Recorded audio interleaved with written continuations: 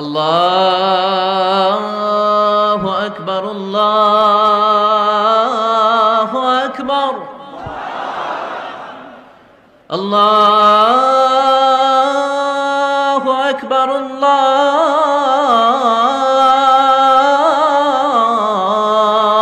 আকবার। প্রথম হচ্ছে god centric mindset, 2 নম্বরে ভিশন ওরিয়েন্টেড, 3 নম্বরে উইজডম ড্রিভেন, 4 নম্বরে রিফর্ম সেন্ট্রিক, 5 নম্বরে ওপেন মাইন্ডেড, 6 নম্বর অন্টারপ্রনাল, 7 নম্বর কনসিডারেট, 8 নম্বর ট্রান্সপারেন্ট, 9 নম্বর এপ্রিসিয়েটিভ, 10 নম্বর হচ্ছে ফ্লেক্সিবল, 11 নম্বর অপটিমিস্টিক, 12 নম্বর হচ্ছে resilient. Based on my research, আমার ক্ষুদ্র গবেষণা আমি খুঁজে পেয়েছি যে রাসূল সাল্লাল্লাহু আলাইহি ওয়াসাল্লাম এই ধরনের মানসিকতার অধিকারী ছিলেন, এই অ্যাপ্রোচের অধিকারী ছিলেন। প্রথম যেই মাইন্ডসেটটা নিয়ে আমরা আলোচনা করব সেটা হচ্ছে গড সেন্ট্রিক মাইন্ডসেট বা আল্লাহ সেন্ট্রিক মাইন্ডসেট। অর্থাৎ রাসূল সাল্লাল্লাহু আলাইহি ওয়াসাল্লাম যে কোনো কাজে তিনি আল্লাহ তাআলাকে ফিল করতেন, সব কিছু ছিল আল্লাহ তাআলা কেন্দ্রিক। যাই তিনি করতেন না কেন, একজন মহান সত্তার সন্তুষ্টির জন্যই তিনি সেটা করতেন। তিনি কে? আওয়াজ করে বলুন, তিনি কে? আল্লাহ সুবহানাহু ওয়া তাআলা। তার সন্তুষ্টির জন্যই তিনি সব কিছু করতেন এবং সবসময় তিনি এটা ফিল করতেন যে আমার আসল ভরসা স্থল হচ্ছে আল্লাহ তাআলা। আসল ভরসা স্থল কে? আল্লাহ তাআলা। এবং আল্লাহকেই তিনি ওনার নিজের অভিভাবক হিসেবে সবসময় চিন্তা করতেন এবং তার দয়ার পরশেই যে আমরা বেঁচে আছি, তিনি যে আমাকে আগলে রেখেছেন, সার্বক্ষণিক এটাকে মনের মধ্যে ধারণ করা, সবসময় এই চিন্তাটা ভেতরে লালন করা, এটাকেই বলে গড সেন্ট্রিক মাইন্ডসেট বা আল্লাহ সেন্ট্রিক মাইন্ডসেট। এই মাইন্ডসেটের অধিকারী যদি আপনি হতে পারেন, আপনি একটা ডিভাইন পাওয়ার শিল্ডের ভেতরে থাকবেন, একটা ডিভাইন প্রোটেকশনে থাকবেন। চারিদিকে তুফান, ঝঞ্ঝা, ঝড়, অনেক কিছু, কোনো কিছুই আপনাকে স্পর্শ করবে না, কারণ আপনার গড সেন্ট্রিক মাইন্ডসেট আছে। একটা মহাশক্তিধর সত্তার সাথে আপনার সংযোগায়ন আছে, কানেক্টিভিটি আছে। সো প্রথম মাইন্ডসেটটা হচ্ছে গড সেন্ট্রিক মাইন্ডসেট। রাসূল সাল্লাল্লাহু আলাইহি ওয়াসাল্লাম সবসময় সব কিছু আল্লাহ তাআলার সন্তুষ্টির জন্য করতেন এবং তিনি ভাবতেন আমার কেউ না থাক, আল্লাহ আছে। যার কেউ নাই তার কে থাকে? আল্লাহ আছে। এটাই হচ্ছে গড সেন্ট্রিক মাইন্ডসেট। আসুন আমরা সিরাতের ভেতরে ঢুকে যাই। যেহেতু আমরা বলেছি থ্রু দ্য লেন্স অফ সিরাতের পরতে পরতে, সুন্নাহর পরতে পরতে আমরা দেখব যে তিনি গড সেন্ট্রিক মাইন্ডসেটের অধিকারী ছিলেন কিনা। আল্লাহর হাবিব সাল্লাল্লাহু আলাইহি ওয়াসাল্লাম একবার একটা যুদ্ধ থেকে ফেরার পথে মরুভূমির মাঝখানে সেনাবাহিনীকে থামিয়ে বিশ্রামের ঘোষণা দিলেন যে তোমরা একটু বিশ্রাম নাও। তো উনি একটা গাছের নিচে বিশ্রামের জন্য গেলেন এবং সেখানে গাছের ডালে ওনার তলোয়ারটা ঝুলিয়ে রাখলেন, ঝুলিয়ে বিশ্রাম নিতে লাগলেন, ঘুমিয়ে পড়লেন। হঠাৎ এক বেদুইন এসে রাসূল সাল্লাল্লাহু আলাইহি ওয়াসাল্লামের এই কোষবদ্ধ তলোয়ারটা কোষমুক্ত করে এরকম হাতে নিল। রাসূল সাল্লাল্লাহু আলাইহি ওয়াসাল্লাম ঘুম থেকে জেগে উঠলেন। এবার বেদুইন বলতে আরম্ভ করলো, মাইয়ামনাউকা মিন্নি, এই মুহাম্মদ তোমাকে এবার কে বাঁচাবে বলো, এই তো আমার হাতে তলোয়ার, কে বাঁচাবে? সাথে সাথেই আল্লাহর হাবিব সাল্লাল্লাহু আলাইহি ওয়াসাল্লাম উনি উত্তরে বললেন আল্লাহ। উত্তরে কি বললেন? কোনো চিন্তা ভাবনা নাই যে ওরে আঘাত করা যায় কিনা পাল্টা, বা কোনোভাবে ওর কনফিডেন্স ডাউন করা যায় কিনা, এদিক সেদিক কারো সাপোর্ট চাওয়া যায় কিনা, কোনো দিকে না তাকিয়ে কি বললেন? আল্লাহ। সব সময় তিনি আল্লাহ কেন্দ্রিক ছিলেন। এটাকে বলে গড সেন্ট্রিক মাইন্ডসেট। যে কোনো পরিস্থিতিতে তিনি আল্লাহ যে আমার সাথে আছেন এটা কল্পনা করতেন। এবং সুনানে আবু দাউদের একটি বর্ণনা এসেছে, রাসূল সাল্লাল্লাহু আলাইহি ওয়াসাল্লাম কানা নবী সাল্লাল্লাহু আলাইহি ওয়াসাল্লাম ইযা হাযাবাহু আমরুন সাল্লা, তাকে যখন কোনো জিনিস বিচলিত করতো তিনি জায়নামাজের মুসল্লায় দাঁড়িয়ে যেতেন, সালাতের জন্য দাঁড়িয়ে যেতেন। বিপদে পড়লেই আল্লাহর কাছে সেটা সঁপে দিতেন, শেয়ার করতেন। আমরা বর্তমানে কোনো বিপদে পড়লেই কি করি? আগে কোথায় শেয়ার করি? ফেসবুকে। আসলে করা উচিত কার সাথে? হ্যাঁ, আমার স্ত্রীর সাথে শেয়ার করার আগেও শেয়ার করব কার সাথে? আমার বন্ধুর সাথে শেয়ার করার আগেও শেয়ার করব কার সাথে? আল্লাহর সাথে। আমরা যদি হিজরতের ঘটনাটাকে একটু অ্যানালাইজ করি তাহলে দেখব যে গারে সাউরে যখন আল্লাহ রাসূল সাল্লাল্লাহু আলাইহি ওয়াসাল্লাম এবং আবু বকর রাদিয়াল্লাহু তাআলা আনহু ওনারা আশ্রয় নিয়েছিলেন রাত্রিবেলায়, কুরাইশরা যখন খুঁজতেছিল, আবু বকর রাদিয়াল্লাহু তাআলা আনহু বলেন যে কুরাইশদের পা দেখা যাচ্ছে, ওরা যে হেঁটে যাচ্ছে, একটু উকি মারলেই আমাদেরকে দেখা যায়।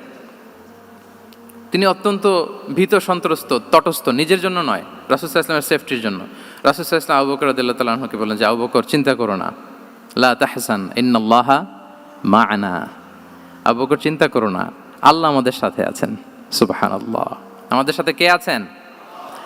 আল্লাহ আমাদের সাথে আছেন। এটা হচ্ছে গড সেন্ট্রিক মাইন্ডসেটের উদাহরণ। আপনার মনকে বুঝাতে হবে যে আল্লাহ আমার সাথে আছে। মনকে তুমি বুঝিয়ে বলো আল্লাহ আছে আমার সাথে। এই বাক্যটা মুখস্থ করা যাবে? মনকে তুমি বুঝিয়ে বলো আল্লাহ আছেন আমার সাথে। আপনার পুরো জীবনের সব কাজের সাথে যদি এই বাক্যটাকে মিলিয়ে ফেলতে পারেন, দেখবেন যে কোনো কিছুই আপনার ক্ষতি করতে পারতেছে না। এটাকে বলে গড সেন্ট্রিক মাইন্ডসেট। আল্লাহ আমার সাথে আছেন, কেউ নাই কিন্তু আল্লাহ তাআলা আমার সাথে আছেন। এবং গড সেন্ট্রিক মাইন্ডসেটের সবচেয়ে বড় সুবিধা হচ্ছে আপনার মনে কখনো হতাশা কাজ করবে না, হতাশা বাঁধবে না, কারণ আপনার সাথে এক মহাশক্তিধরের কানেক্টিভিটি আছে। তিনি কে বলুন তো আওয়াজ করে? তিনি আল্লাহ। হতাশা আসবে না। এই যে আমাদের জাতীয় জীবনের এখন সবচাইতে বড় বড় সমস্যাগুলোর যদি আমরা লিস্ট করি, একটা বড় সমস্যা হচ্ছে ডিপ্রেশন, তাই না? আমরা ডিপ্রেশনে ভুগি না? আপনাদের ডিপ্রেশন হয় কখনো? আচ্ছা, ডিপ্রেশন কাকে বলে আগে বলে। ডিপ্রেশন হচ্ছে আপনার আর আপনার রবের মাঝে যে দূরত্ব, এটার নাম ডিপ্রেশন। আই রিপিট, আমার আর আমার রবের মাঝে যে গ্যাপ, আমাদের সম্পর্কের যে দূরত্ব, এটার নাম কি? ডিপ্রেশন। আপনি যত আল্লাহর সাথে সম্পর্ক জোরদার করতে পারবেন, ডিপ্রেশন আপনার থেকে দৌড়ে পালাবে। এজন্য আমাদের বিশ্বাসীদের জীবনে কোনো ডিপ্রেশন নাই। আছে? আমাদের ডিকশনারিতে কোনো ডিপ্রেশন আছে বলেন তো? আমাদের সাথে আল্লাহর সম্পর্ক কেমন বলেন? মজবুত? আলহামদুলিল্লাহ পড়ুন সবাই। তাহলে ডিপ্রেশন হচ্ছে আপনার আর আপনার রবের মাঝে যে দূরত্ব, এই দূরত্ব দূর করে দেন, ডিপ্রেশন আপনিই পালাবে। আমরা আরও কিছু সিরা থেকে ইনসিডেন্ট নিয়ে দেখি যে গড সেন্ট্রিক মাইন্ডসেটটা কেমন। দ্বিতীয় হিজরিতে যে বদরের যুদ্ধ হলো, সে বদরের যুদ্ধে ইবনে মাসউদ রাদিয়াল্লাহু তাআলা আনহু তিনি বর্ণনা করেন যে আল্লাহ রাসূল সাল্লাল্লাহু আলাইহি ওয়াসাল্লাম আগামীকাল যুদ্ধ, এর আগের দিন রাতে তিনি হাত তুলে এরকম দোয়া করতেছিলেন। আমরা তো এইভাবে দোয়া করি। আল্লাহর হাবিব সাল্লাল্লাহু আলাইহি ওয়াসাল্লাম তিনি দোয়া করতে করতে ইমোশনালি হাত এরকম উঁচু করে, হাত্তা ইউরা বায়াদু ইবতাইহি, বগলের শুভ্রতা দেখা যাচ্ছিল। উনি দোয়া করতেছিলেন, আল্লাহুম্মা আনজিজ লি মা ওয়া'আতানি, আল্লাহুম্মা আতিনি মা ওয়া'আতানি, আল্লাহ তুমি যে বিজয় দিবে বলে প্রতিশ্রুতি করেছিল, ওই বিজয় আমাদেরকে দাও, ওই ভিক্টরি আমাদেরকে দাও। দোয়া করছিলেন। সাইয়েদনা আলী রাদিয়াল্লাহু তাআলা আনহু উনি বর্ণনা করছেন যে বদরের যুদ্ধের আগের রাতে আমরা সবাই ঘুমোচ্ছিলাম, কিন্তু রাসূল সাল্লাল্লাহু আলাইহি ওয়াসাল্লামকে দেখলাম যে না, উনি হাত তুলে শুধু আল্লাহর কাছে কান্না করছেন, দোয়া করছেন। আবু বকর রাদিয়াল্লাহু তাআলা আনহু উনি বলেন যে আমি যে দেখলাম যে তিনি ফজর পর্যন্ত দোয়া চালিয়েই যাচ্ছিলেন, দোয়া চালিয়েই যাচ্ছিলেন, দোয়া কন্টিনিউ করছিলেন তিনি। এবং দোয়া করতে করতে রাসূল সাল্লাল্লাহু আলাইহি ওয়াসাল্লাম এতটাই ইমোশনাল হয়ে গেলেন যে ওনার গায়ের চাদরটা নিচে পড়ে গেল।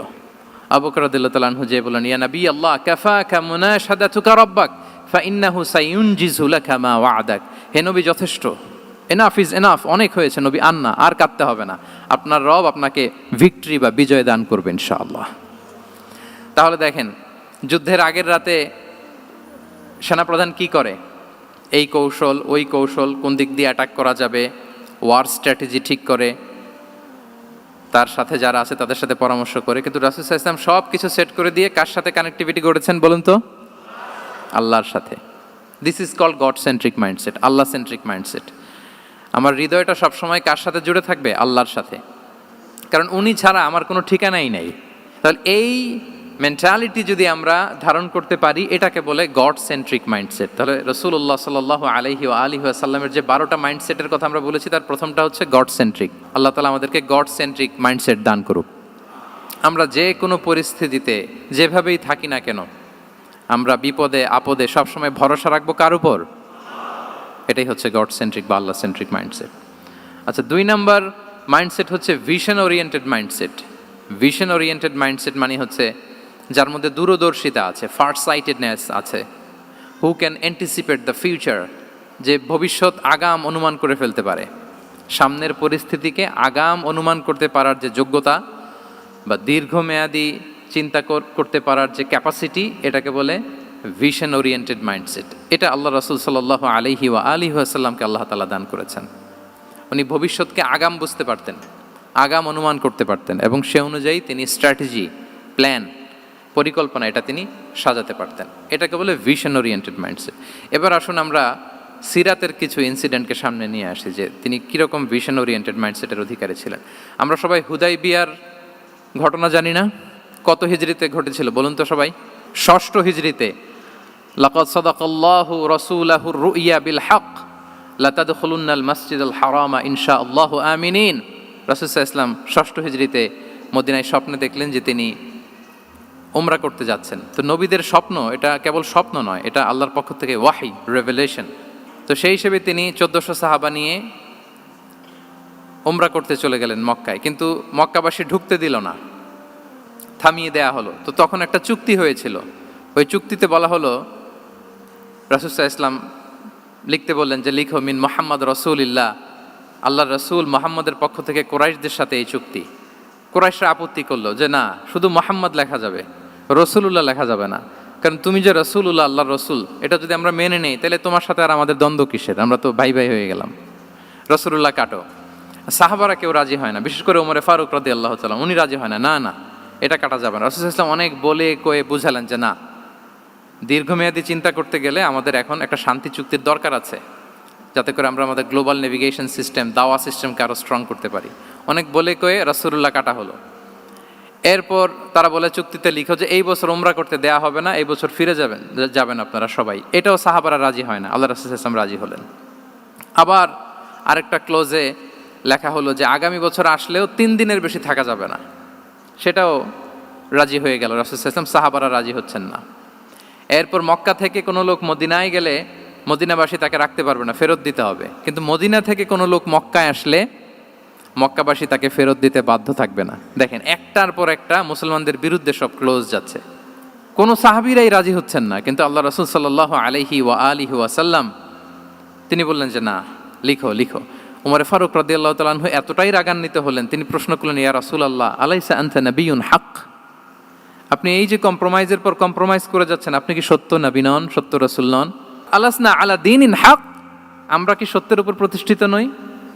আলাইসাল কুরআনু কিতাবুন হক, তো সব যদি সত্য হয় আপনি কেন এগুলো মানছেন? রাসূল সাল্লাল্লাহু আলাইহি ওয়াসাল্লাম বললেন যে ওমর, তুমি বাদশাহ না, মেনে নাও। মেনে নিলেন, এবং এই মেনে নেওয়াটাকেই আল্লাহ ভিক্টরি বলে ঘোষণা দিলেন, বিজয় বলে। আল্লাহু আকবার। ইন্না ফাতাহনা লাকা ফাতহাম মুবিনা। এবং হুদাইবিয়ার এই সন্ধি থেকেই বেসিকলি মক্কা বিজয় ওইদিকে ত্বরান্বিত হয়েছে গতি প্রবাহটা। কারণ রাসূল সাল্লাল্লাহু আলাইহি ওয়াসাল্লাম অনেক দূর দেখেছেন, সাহাবারাই সামনের কিছু বিষয়ে তারা খেয়াল করছেন, কিন্তু রাসূলুল্লাহ সাল্লাল্লাহু আলাইহি ওয়া আলিহি ওয়াসাল্লাম তিনি অনেক দূর দেখতে পাচ্ছেন। আচ্ছা বলেন, 3 তলার উপর থেকে একজন একটা ভিউ দেখতে পায়, আর 30 তলা উপর থেকে আরেকজন একটা কন্ডোমিনিয়ামের উপর থেকে একটা পানোরামিক ভিউ দেখতে পায়, দুইজনের ভিউ দেখা কি একরকম হয়? বলেন, একরকম হবে? কখনোই হবে না। তাহলে 30 তলার উপর থেকে যিনি দেখবে তিনি একটা পানোরামিক ভিউ দেখবে, দ্য টোটাল সিনারিও তার কাছে ক্রিস্টাল ক্লিয়ার হবে, যেটা সাহাবা রিদওয়ানুল্লাহি তাআলা আলাইহিম আজমাইন ওনাদের কাছে ক্লিয়ার ছিল না। এবং ঠিকই এই যে এটা তো বেশি দিন স্থায়ীও হয়নি, 6ষ্ঠ হিজরি থেকে 8ম হিজরি, মাত্র 3 বছরের ব্যবধানে রাসূল সাল্লাল্লাহু আলাইহি ওয়াসাল্লাম যত রিজিওনাল সুপার পাওয়ার ছিল, ওয়ার্ল্ড সুপার পাওয়ার ছিল, পার্সিয়ান এম্পায়ার, তারপর Roman empire, Byzantine empire, Egyptian empire, সব এম্পায়ারদের কাছে চিঠি পাঠিয়েছেন, সালামুন আলা মান ইত্তাবা আল হুদা আসলিম তাসলাম। এবং ইসলামের এক্সপান্ড হয়েছে, ওনার গ্লোবাল নেভিগেশন সিস্টেম উনি চালু করেছেন। এর কারণ কি? উনি ছিলেন ভিশন ওরিয়েন্টেড মাইন্ডসেটের অধিকারী, দূরদর্শী, অনেক দূর দেখতে পেতেন, অনেক দূর তিনি দেখতে পেতেন, দীর্ঘমেয়াদী তিনি পরিকল্পনা করতে পারতেন। এটা হচ্ছে ভিশন ওরিয়েন্টেড মাইন্ডসেট যারা হয় তাদের ক্যারেক্টারিস্টিক্স বা ফিচার। আরও একটা উদাহরণ দেই, আপনারা কি বলতে পারেন আবিসিনিয়াতে নবুয়তি কত সালে সাহাবারা হিজরতে গিয়েছিল? বলতে পারবেন কেউ? হ্যাঁ, নবুয়তি কত সালে?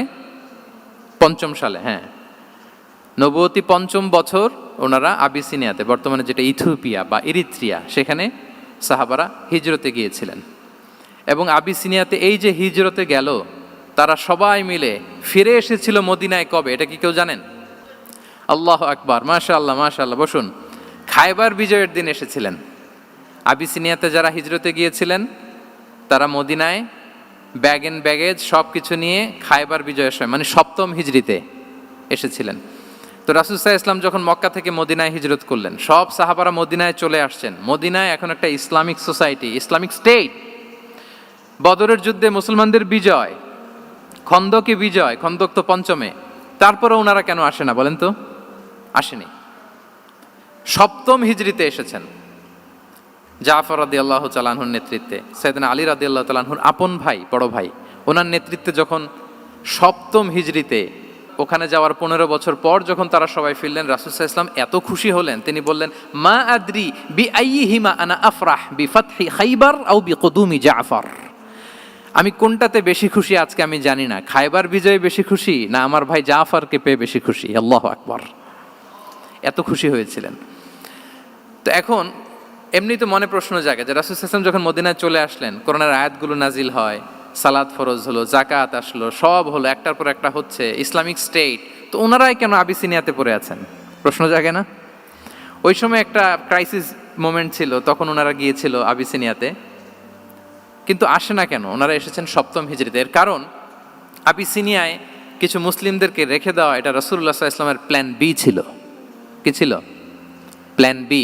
রাসূল সাল্লাল্লাহু আলাইহি ওয়াসাল্লাম অপেক্ষা করছিলেন যে মদিনাকে প্রথমে ইন্টারনাল যত থ্রেট আছে এগুলো থেকে মুক্ত করতে হবে, এরপরে মদিনাকে যত এক্সটার্নাল থ্রেট আছে এগুলো থেকে মুক্ত করতে হবে। সব যখন মুক্ত করে উনি দেখলেন যে না, মদিনা সেফ জোন, এখন আর আলাদা একটা বেইজ, একটা এক্সট্রা সেফ জোন বা এডিশনাল বেইজ আমার কোথাও দরকার নাই, তখনই তিনি লোক পাঠালেন যে যাও, জাফরের নেতৃত্বে আবিসিনিয়ায় যারা হিজরত করেছে তারা সবাই মদিনায় চলে আসো।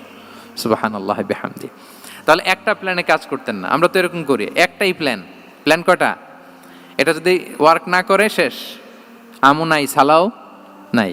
কিন্তু রাসূলুল্লাহ সাল্লাল্লাহু আলাইহি ওয়া সাল্লামের প্ল্যান এ ছিল, প্ল্যান বি ছিল, প্ল্যান সি ছিল। প্ল্যান এ ওয়ার্ক না করলে প্ল্যান বিতে যেতেন, বি ওয়ার্ক না করলে সিতে যেতেন, এইভাবে তিনি কাজ করতেন।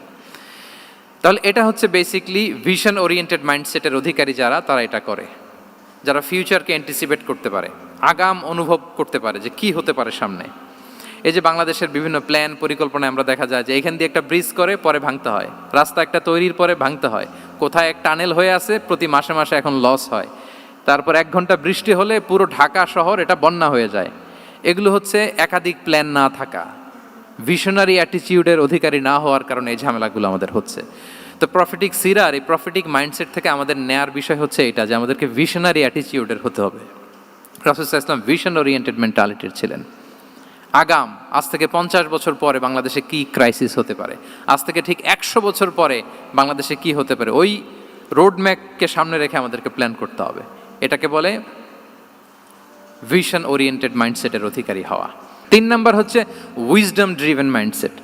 উইজডম মানে হচ্ছে প্রজ্ঞা। প্রজ্ঞা কি?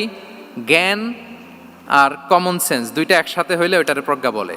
When the knowledge and common sense join together, it reflects as wisdom. আপনার জ্ঞান এবং আপনার কমন সেন্স একসাথে হইলে ওইটা উইজডম হয়ে যায়। রাসূল সাল্লাল্লাহু আলাইহি ওয়াসাল্লাম ছিলেন প্রজ্ঞায় সমৃদ্ধ এক মননের অধিকারী। ওনার সব কিছুতেই প্রজ্ঞা ছিল। উইজডম ইন গিভিং অ্যাডভাইস, উপদেশ দেওয়ার সময় ছিল। উইজডম ইন পলিসি মেকিংয়ের সময় সেখানে প্রজ্ঞা ছিল। Wisdom in action strategic plan, কোনো স্ট্র্যাটেজিক প্ল্যানের ক্ষেত্রে প্রজ্ঞা ছিল।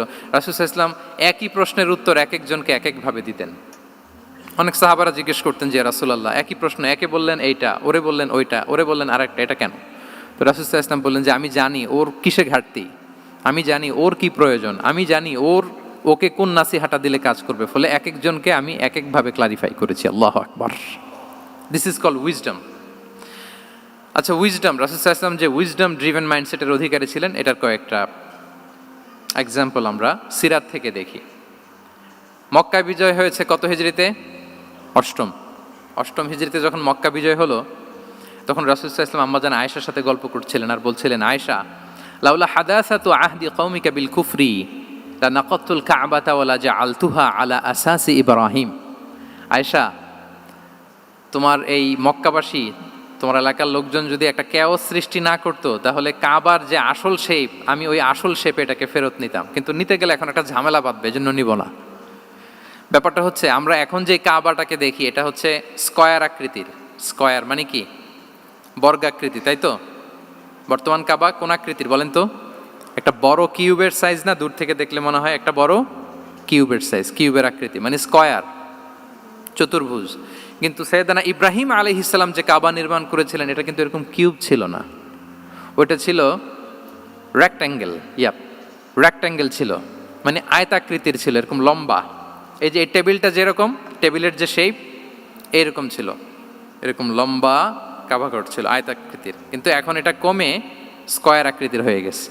এর কারণটা কি? কাবা একবার ওখানে অগ্নিকাণ্ড ঘটার কারণে ধ্বংস হয়েছিল, ফলে কাবাকে আবার রিনোভেশন করা লেগেছিল, পুনর্নির্মাণ। তো কোরাইশরা সিদ্ধান্ত নিয়েছিল কাবা পুনর্নির্মাণে আমরা কোনো হারাম টাকা ইউজ করব না, যার কাছে যত হালাল টাকা আছে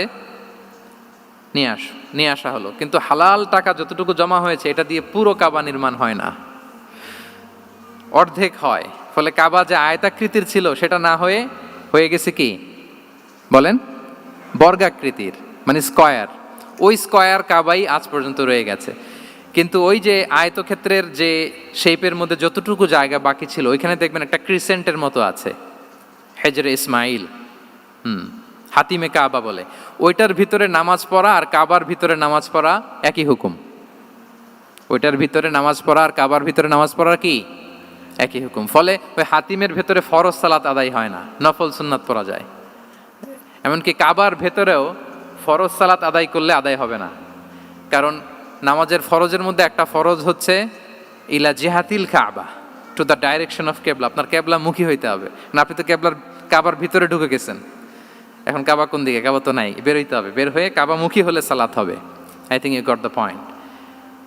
তো তাহলে রাসূল সাল্লাল্লাহু আলাইহি ওয়াসাল্লামের উইজডম বা প্রজ্ঞাটা এখানে দেখেন। আম্মাজান আয়েশা রাদিয়াল্লাহু তাআলা আনহাকে উনি বললেন যে আয়েশা, মক্কা তো বিজয় হলো, মক্কার কন্ট্রোল তো এখন আমার হাতে, চাইলে আমি কাবাকে ভেঙে সেই ইব্রাহিম আলাইহিস সালামের যে বেইজ ওরকম লম্বা করে শেপ দিতে পারি, কিন্তু দিব না, কেননা দিলে মক্কা একটা ক্যাওস হতে পারে। কি হতে পারে? কারণ তারা একেবারে ভেরি রিসেন্ট মুসলমান হয়েছে, তারা না বুঝেই বলবে যে সে আদি কাবা, মোহাম্মদ এই কাবার অপমান করেছে, কাবাকে ভুলুণ্ঠিত করেছে, সম্মানকে নষ্ট করেছে, এরকম একটা কোশ্চেন রাইজ করতে পারে। এই জন্য আমি করলাম না। সুবহানাল্লাহ, দিস ইজ কল্ড উইজডম। এটাকে কি বলে? প্রজ্ঞা। এটাকে প্রজ্ঞা বলে। তাহলে আপনার জ্ঞান এবং আপনার কমন সেন্স দুইটা যখন কানেক্ট করে তখন সেটা প্রজ্ঞা হয়। প্রজ্ঞার আরেকটা উদাহরণ যদি দেই সিরাত থেকে, রাসূল সাল্লাল্লাহু আলাইহি ওয়াসাল্লামের যে কনফ্লিক্ট রিজলভিং ক্যাপাসিটি ছিল, যখন কাবাকে পুনর্নির্মাণ করা হচ্ছে তখন হাজরে আসওয়াদকে বের করা লেগেছিল, এবং রিনোভেশন শেষে আবার হাজরে আসওয়াদকে তার জায়গা মতো, মানে ব্ল্যাক স্টোন যেটাতে চুমু দিলে মানুষের গুনাহ মাফ হয়ে যায়, হাজরে আসওয়াদ, চিনতে পেরেছেন না? ফলে অনেক বোনেরা যাদের জন্য হেজাব নিকাব মেনটেন করা হচ্ছে ফার্জ, পর্দার কোনো বালাই নাই, পুরুষের সাথে ধাক্কা ধাক্কি করে তার শরীর মিশে যাচ্ছে, গা মিশে যাচ্ছে, ধাক্কা ধাক্কি করে একটা সুন্নতের জন্য ফরজকে স্যাক্রিফাইস করে ফেলতেছে। মানে ফোকাস ঠিক নাই আর কি, কোথায় যে কোনটা করতে হবে ওইটাই ভুলে গেছে। তো এই হাজরে আসওয়াদ পাথরকে আবার জায়গা মতো রাখতে হবে। এখন কে রাখবে এই নিয়ে মারামারি মক্কায়। বড় বড় চারটা গোত্র বলে, এই গোত্র বলে আমি রাখবো, এই গোত্র বলে আমি রাখবো, আরেক গোত্র বলে রক্তের গঙ্গা বইয়ে দেবো মক্কায়, কিন্তু এই সম্মান অন্যকে নিচে দিব না, কারণ ইটস ভেরি প্রেস্টিজিয়াস ইস্যু। যা আমাদের গোত্র এই ব্ল্যাক স্টোন হাজরে আসওয়াদকে নিয়ে জায়গা মতো রেখেছে, এটা কাউকে দিব না। তো সবাই যখন মারমুখী, তখন আল্লাহ রাসূল সাল্লাল্লাহু আলাইহি ওয়া আলিহি ওয়াসাল্লাম তিনি সমাধান দিলেন যে মারামারির দরকার নাই, একটা চাদর নিয়ে আসো। নিয়ে আসা হলো। 4 গোত্রের 4 লিডারকে বললেন চাদরের 4 কোণা ধরো। 4 জন 4 কোণা ধরলো। রাসূল সাল্লাল্লাহু আলাইহি ওয়াসাল্লাম তিনি পাথরটা নিয়ে মাঝখানে রাখলেন। এবার 4 নেতাকে বললো আসো, জাতীয় 4 নেতা চলে আসো, কাবার সামনে চলে আসলো। এরপরে আল্লাহ রাসূল সাল্লাল্লাহু আলাইহি ওয়াসাল্লাম ওনার মোবারক হাত দিয়ে, বরকতময় হাত দিয়ে হাজরা আসওয়াদকে নিয়ে নিজ হাতে রাখলেন। এবার সবাই হ্যাপি, কারণ অংশগ্রহণ করতে পারছে। আসলে মূল স্ট্যাটাস কিন্তু চলে গেছে রাসূলের দিকে, নাকি? ওরা তো এটা টাচও করতে পারে নাই, পারছে? ওরা চাদর ধরেই হ্যাপি, কিন্তু পাথরটা ধরেছিল কে? রাসূল সাল্লাল্লাহু আলাইহি ওয়াসাল্লাম। চাদরে রেখেছিল কে? রাসূল সাল্লাল্লাহু আলাইহি ওয়াসাল্লাম। চাদর থেকে নিয়ে আবার কাবা ঘরে সেট করেছিল কে? রাসূলুল্লাহ সাল্লাল্লাহু আলাইহি ওয়া আলিহি ওয়াসাল্লাম। এভাবে উনি কনফ্লিক্ট রিজলভ করতেন থ্রু হিজ উইজডম, ওনার প্রজ্ঞার মধ্য দিয়ে। আমরা যদি তায়েফের ঘটনা দেখি, রক্তাক্ত হয়েছেন, পাহাড় রক্ষী ফেরেশতারা এসে বলেছে রাসূলুল্লাহ জাস্ট অর্ডার করেন, আমরা কলাপস করবো এমনভাবে the entire Taif city will be collapsed, একেবারে স্ম্যাশ করে দিব, পাউডার হয়ে যাবে। রাসূল সাল্লাল্লাহু আলাইহি ওয়াসাল্লাম বললেন না, বাল আরজু আন ইউখরিজাল্লাহু মিন আসলাবিহিম মান ইয়াবুদুল্লাহা ওয়াহদাহু ওয়া লা ইউশরিকু বিহি শাইআ। তিনি বললেন না, ওদেরকে ধ্বংস করে দিও না, ওদেরকে ধ্বংস করলে লা ইলাহা পড়বে কে? সুবহানাল্লাহ। কি উইজডম ড্রিভেন ছিলেন উনি। উনি বলেন যে আমি আশা করি, প্রত্যাশা রাখি, দোয়া করি যে ওরা আমাকে প্রত্যাখ্যান করেছে, কিন্তু ওদের যে নেক্সট জেনারেশন ওরা সাক্ষী দেবে আশহাদু আল্লাহ ইলাহা ইল্লাল্লাহ ওয়া আশহাদু আন্না মুহাম্মাদার রাসূলুল্লাহ। এবং তাই হয়েছে। এখন তায়েফে যান, চারদিক থেকে আল্লাহ আকবার ধ্বনিতে মুখরিত তায়েফ, এবং এত চমৎকার শহর, এটা একটা ট্যুরিস্ট ডেস্টিনেশন হয়ে গেছে। সৌদি আরবিয়াতে যারা যায়, তায়েফ না গেলে লোকদের ভালো লাগে না। ঠান্ডা, সবুজ শ্যামল, রেইনফল হয়, ফলমূল পাওয়া যায়। আব্দুল্লাহ ইবনে আব্বাস রাদিয়াল্লাহু তাআলা আনহুর স্মৃতিধন্য মসজিদ আছে, অনেকগুলো ইউনিভার্সিটি আছে, ইসলামিক ইনস্টিটিউশন আছে। এই যে নয়নাভিরাম তায়েফ, এটা রাসূল সাল্লাল্লাহু আলাইহি ওয়াসাল্লামের উইজডমের ফসল। ওই দিন যদি রাগের চোটে বলতো যে হ্যাঁ দাও, স্ম্যাশ করে দাও, তাইলে এই যে যারা শাহাদা পড়েছে, মুসলিম হয়েছে, এটা কিন্তু হতো না। তাহলে এটা হচ্ছে রাসূল সাল্লাল্লাহু আলাইহি ওয়াসাল্লামের প্রজ্ঞার একটা উদাহরণ। আরও একটা উদাহরণে যাই। রাসূল সাল্লাল্লাহু আলাইহি ওয়াসাল্লাম যখন আকাবার দ্বিতীয় শপথ করে ফেললেন ইয়াসরিববাসীর সাথে, তখনও মদিনা হয়নি, তো তখন মদিনাবাসী বলল যে রাসূলুল্লাহ, আপনি তো এখনো হিজরত করবেন না, তো আমাদেরকে কোরআন শিখাবে কে, সালাত শিখাবে কে? আপনি একজন দায়ী পাঠান, আমাদের সাথে একজন টিচার দেন।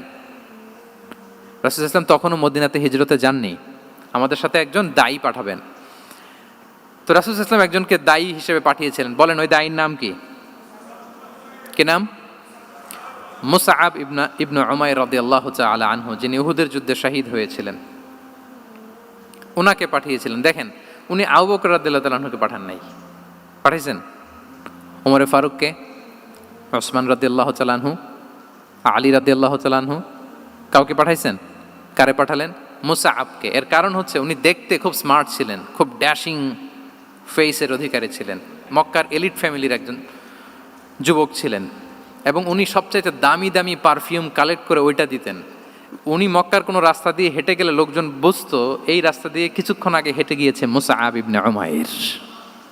সুবহানাল্লাহ। আমরা বাংলায় বলি না যে আগে দর্শনদারি পরে গুণবিচারী? এই কথাটার সাথে পরিচিত আপনারা? আগে দর্শনদারি পরে গুণবিচারী। আল্লাহ তাআলা এক একজনকে আমাদেরকে এক এক অবয়বে সৃষ্টি করেছেন। হুয়াল্লাযী ইউসাউবিরুকুম ফিল আরহামি কাইফা ইয়াশা। আল্লাহর একটা নাম হচ্ছে তিনি আল মুসাউবির, দ্য ডিজাইনার। মায়ের গর্ভে থাকতেই আমাদের কার চেহারা, কার কণ্ঠস্বর, কার স্কিন কালার, কে কীরকম হব, সব ফিক্স তিনি ঠিক করে দিয়েছেন। এটা আল্লাহর দেয়া। কিন্তু রাসূল সাল্লাল্লাহু আলাইহি ওয়াসাল্লামের উইজডমের ব্যাপার হচ্ছে তিনি আবু বকর রাদিয়াল্লাহু তাআলা আনহু, ওমর রাদিয়াল্লাহু তাআলা আনহু, ওসমান আলী, কাউকে চুজ না করে কাকে পাঠালেন? মুসআব ইবনে উমাইরকে। যে তাকে দেখলেই সবাই আগে পাগল হয়ে যায়, মানে ইমপ্রেস হয়ে যায়। হ্যাঁ, ফার্স্ট ইমপ্রেশনটা তার খুব ভালো, খুব ভালো। উনি মুসআব ইবনে উমাইরকে পাঠালেন, এবং যেই প্ল্যান সেই কাজ। উনি যে পুরো মদিনা কাঁপায় ফেলছেন, মাশাআল্লাহ। মদিনার ঘরে ঘরে উনি ইসলামের বার্তা পৌঁছে দিয়েছেন, এবং স্বয়ং রাসূলুল্লাহ সাল্লাল্লাহু আলাইহি ওয়াসাল্লামের আগে তিনি মদিনাতে জুমার নামাজ পড়েছিলেন। কারণ জুমার বিধান আসছে, কিন্তু মক্কা এমন একটা ল্যান্ড যেখানে এখনো জুমা পড়া আবশ্যক হয় নাই, চারদিকে কুফর বেষ্টিত। তো রাসূল সাল্লাল্লাহু আলাইহি ওয়াসাল্লাম লোক পাঠিয়েছেন যে জুমার বিধান এসছে, মুসাব তুমি কিন্তু মদিনায় যারা আছে তাদেরকে নিয়ে জুমা পড়ে ফেলো। তো মুসাব রাদিয়াল্লাহু তাআলা আনহু স্বয়ং রাসূলুল্লাহ সাল্লাল্লাহু আলাইহি ওয়াসাল্লামের আগে রাসূল সাল্লাল্লাহু আলাইহি ওয়াসাল্লামের পারমিশন নিয়ে মদিনাতে জুমা কায়েম করে ফেলছে। সুবহানাল্লাহি ওয়া বিহামদিহি। দেখেন, উইজডম ড্রিভেন পার্সোনালিটির অধিকারী ছিলেন, প্রজ্ঞার অধিকারী ছিলেন, অন্য কাউকে পাঠাননি। কাকে পাঠিয়েছেন? মুসআব ইবনে উমাইর। তাহলে উনি যেই কাজটাই করতেন, যেটা বলতেন, যেটাতে এঙ্গেজ হতেন, এর নেপথ্যে প্রজ্ঞা ছিল। কি ছিল ভাই? উইজডম ছিল। আল্লাহ যেন সেই উইজডম আমাদেরকে দান করেন, আল্লাহ যেন সেই প্রজ্ঞা দিয়ে আমাদেরকে সমৃদ্ধ করেন। আমরা সবাই পড়ি আমিন। 4 নাম্বার হচ্ছে রিফর্ম সেন্ট্রিক মাইন্ডসেট। মানে রাসূল সাল্লাল্লাহু আলাইহি ওয়াসাল্লাম সংস্কারবাদী ছিলেন আর কি। ভুলভাল দেখলে রিফর্ম করতেন, ইসলাহ করতেন, সংস্কার। এখন তো এই যে অনেকগুলো সংস্কার কমিটি হলো দেখলাম বাংলাদেশে, খুব সুন্দর, বিভিন্ন বিষয়ে সংস্কার হচ্ছে। এবং স্বাধীনতার পরে আমাদের বয়স তো আর বেশি না, মানে সব দলের লোকেরা মিলে একসাথে এরকম বসা, এরপর রাষ্ট্রীয় ইস্যু নিয়ে ডিসকাস করা, এরপর মাঝে মাঝে আবার ওয়ার্কআউট করা, আবার একটু মিষ্টি ঝগড়া করা, আবার একটু ফান করা, এই সব কিছুর মধ্য দিয়ে জাতির জন্য ভাবা, নতুন নতুন চিন্তা প্রণয়ন। That's very good, I do appreciate. এটা দরকার। এমন বাংলাদেশই তো আমরা চেয়েছিলাম, ঠিক কিনা বলেন? তো এই যে রিফর্ম হচ্ছে, এটা অ্যাপ্রিসিয়েবল। রাসূল সাল্লাল্লাহু আলাইহি ওয়াসাল্লামের কিন্তু এই রিফর্ম সেন্ট্রিক মাইন্ডসেট ছিল। অন্যায় দেখলে, ভুলভাল দেখলে, অসঙ্গতি দেখলে, ইনকনসিস্টেন্সি দেখলে শুধরে দিতেন। শুদ্ধাচার অভিযান চালিয়েছেন মক্কাতেও মদিনাতেও, রিফর্ম করতেন। সব খারাপকে তিনি ভালো দিয়ে পরিবর্তন করে দিতেন। আসুন সিরাতের আয়নায়, থ্রু দ্য লেন্স অফ সিরা, আমরা দেখি কিভাবে পরিবর্তন করতেন। রাসূল সাল্লাল্লাহু আলাইহি ওয়াসাল্লামের একটা আদত বা হ্যাবিট ছিল, তিনি কোনো ব্যক্তির বা কোনো স্থানের কোনো বাজে নাম বা খারাপ নাম দেখলে ওটা ভালো নামে চেঞ্জ করে দিতেন। মক্কা থেকে মদিনায় হিজরতের আগে মদিনার নাম ছিল ইয়াসরিব। কি ছিল? ইয়াসরিব মানে হচ্ছে প্রতিশোধ বা নিন্দা বা ক্ষোভ বা ভর্ৎসনা, সবগুলোই খুব বাজে মিনিং ডিনোট করে। রাসূল ইসলাম বললেন, আমি যেই শহরে হিজরত করব এই শহরের নাম ক্ষোভ, এই শহরের নাম হিংসা, এটা হইতে পারে বলেন? রাহমাতাল্লিল আলামিন, হ্যাঁ, mercy and peace for the entire universe করে যাকে আল্লাহ পাঠিয়েছেন, উনি যেই শহরে থাকবেন ওই শহরের নাম প্রতিশোধের শহর, এটা হবে? উনি শহরের নাম চেঞ্জ করে দিলেন। উনি শহরের নাম দিলেন মদিনাতুন নবী। কি দিলেন? মদিনাতুন নবী, অথবা তবা তয়্যিবা, চেঞ্জ করে দিলেন, পরিবর্তন করে দিলেন। এক এলাকায় যে বিষ্ণু ইসলাম দেখলেন যে গাছপালা হয় না, উনি বললেন মাসমুহাদিহিল আরদ, এই জায়গার নাম কি? সবাই বলে ইসমুহা গাদেরা। গাদেরা মানে হচ্ছে মাকান লা নাবাতা ফিহি ওয়ালা শাজার, এমন জায়গা যেখানে ঘাস লতাপাতা কিছুই জন্মায় না। রাসূল সাল্লাল্লাহু আলাইহি ওয়াসাল্লাম বললেন, এই জন্যই তো ঘাস জন্মায় না, নাম তো রাখছো খুব বাজে একটা নাম। রাসূল সাল্লাল্লাহু আলাইহি ওয়াসাল্লাম বললেন, আজ থেকে এলাকার নাম গাদেরা নয়, এলাকার নাম আজকে থেকে খাদেরা। কি নাম? খাদেরা মানে কি বলেন?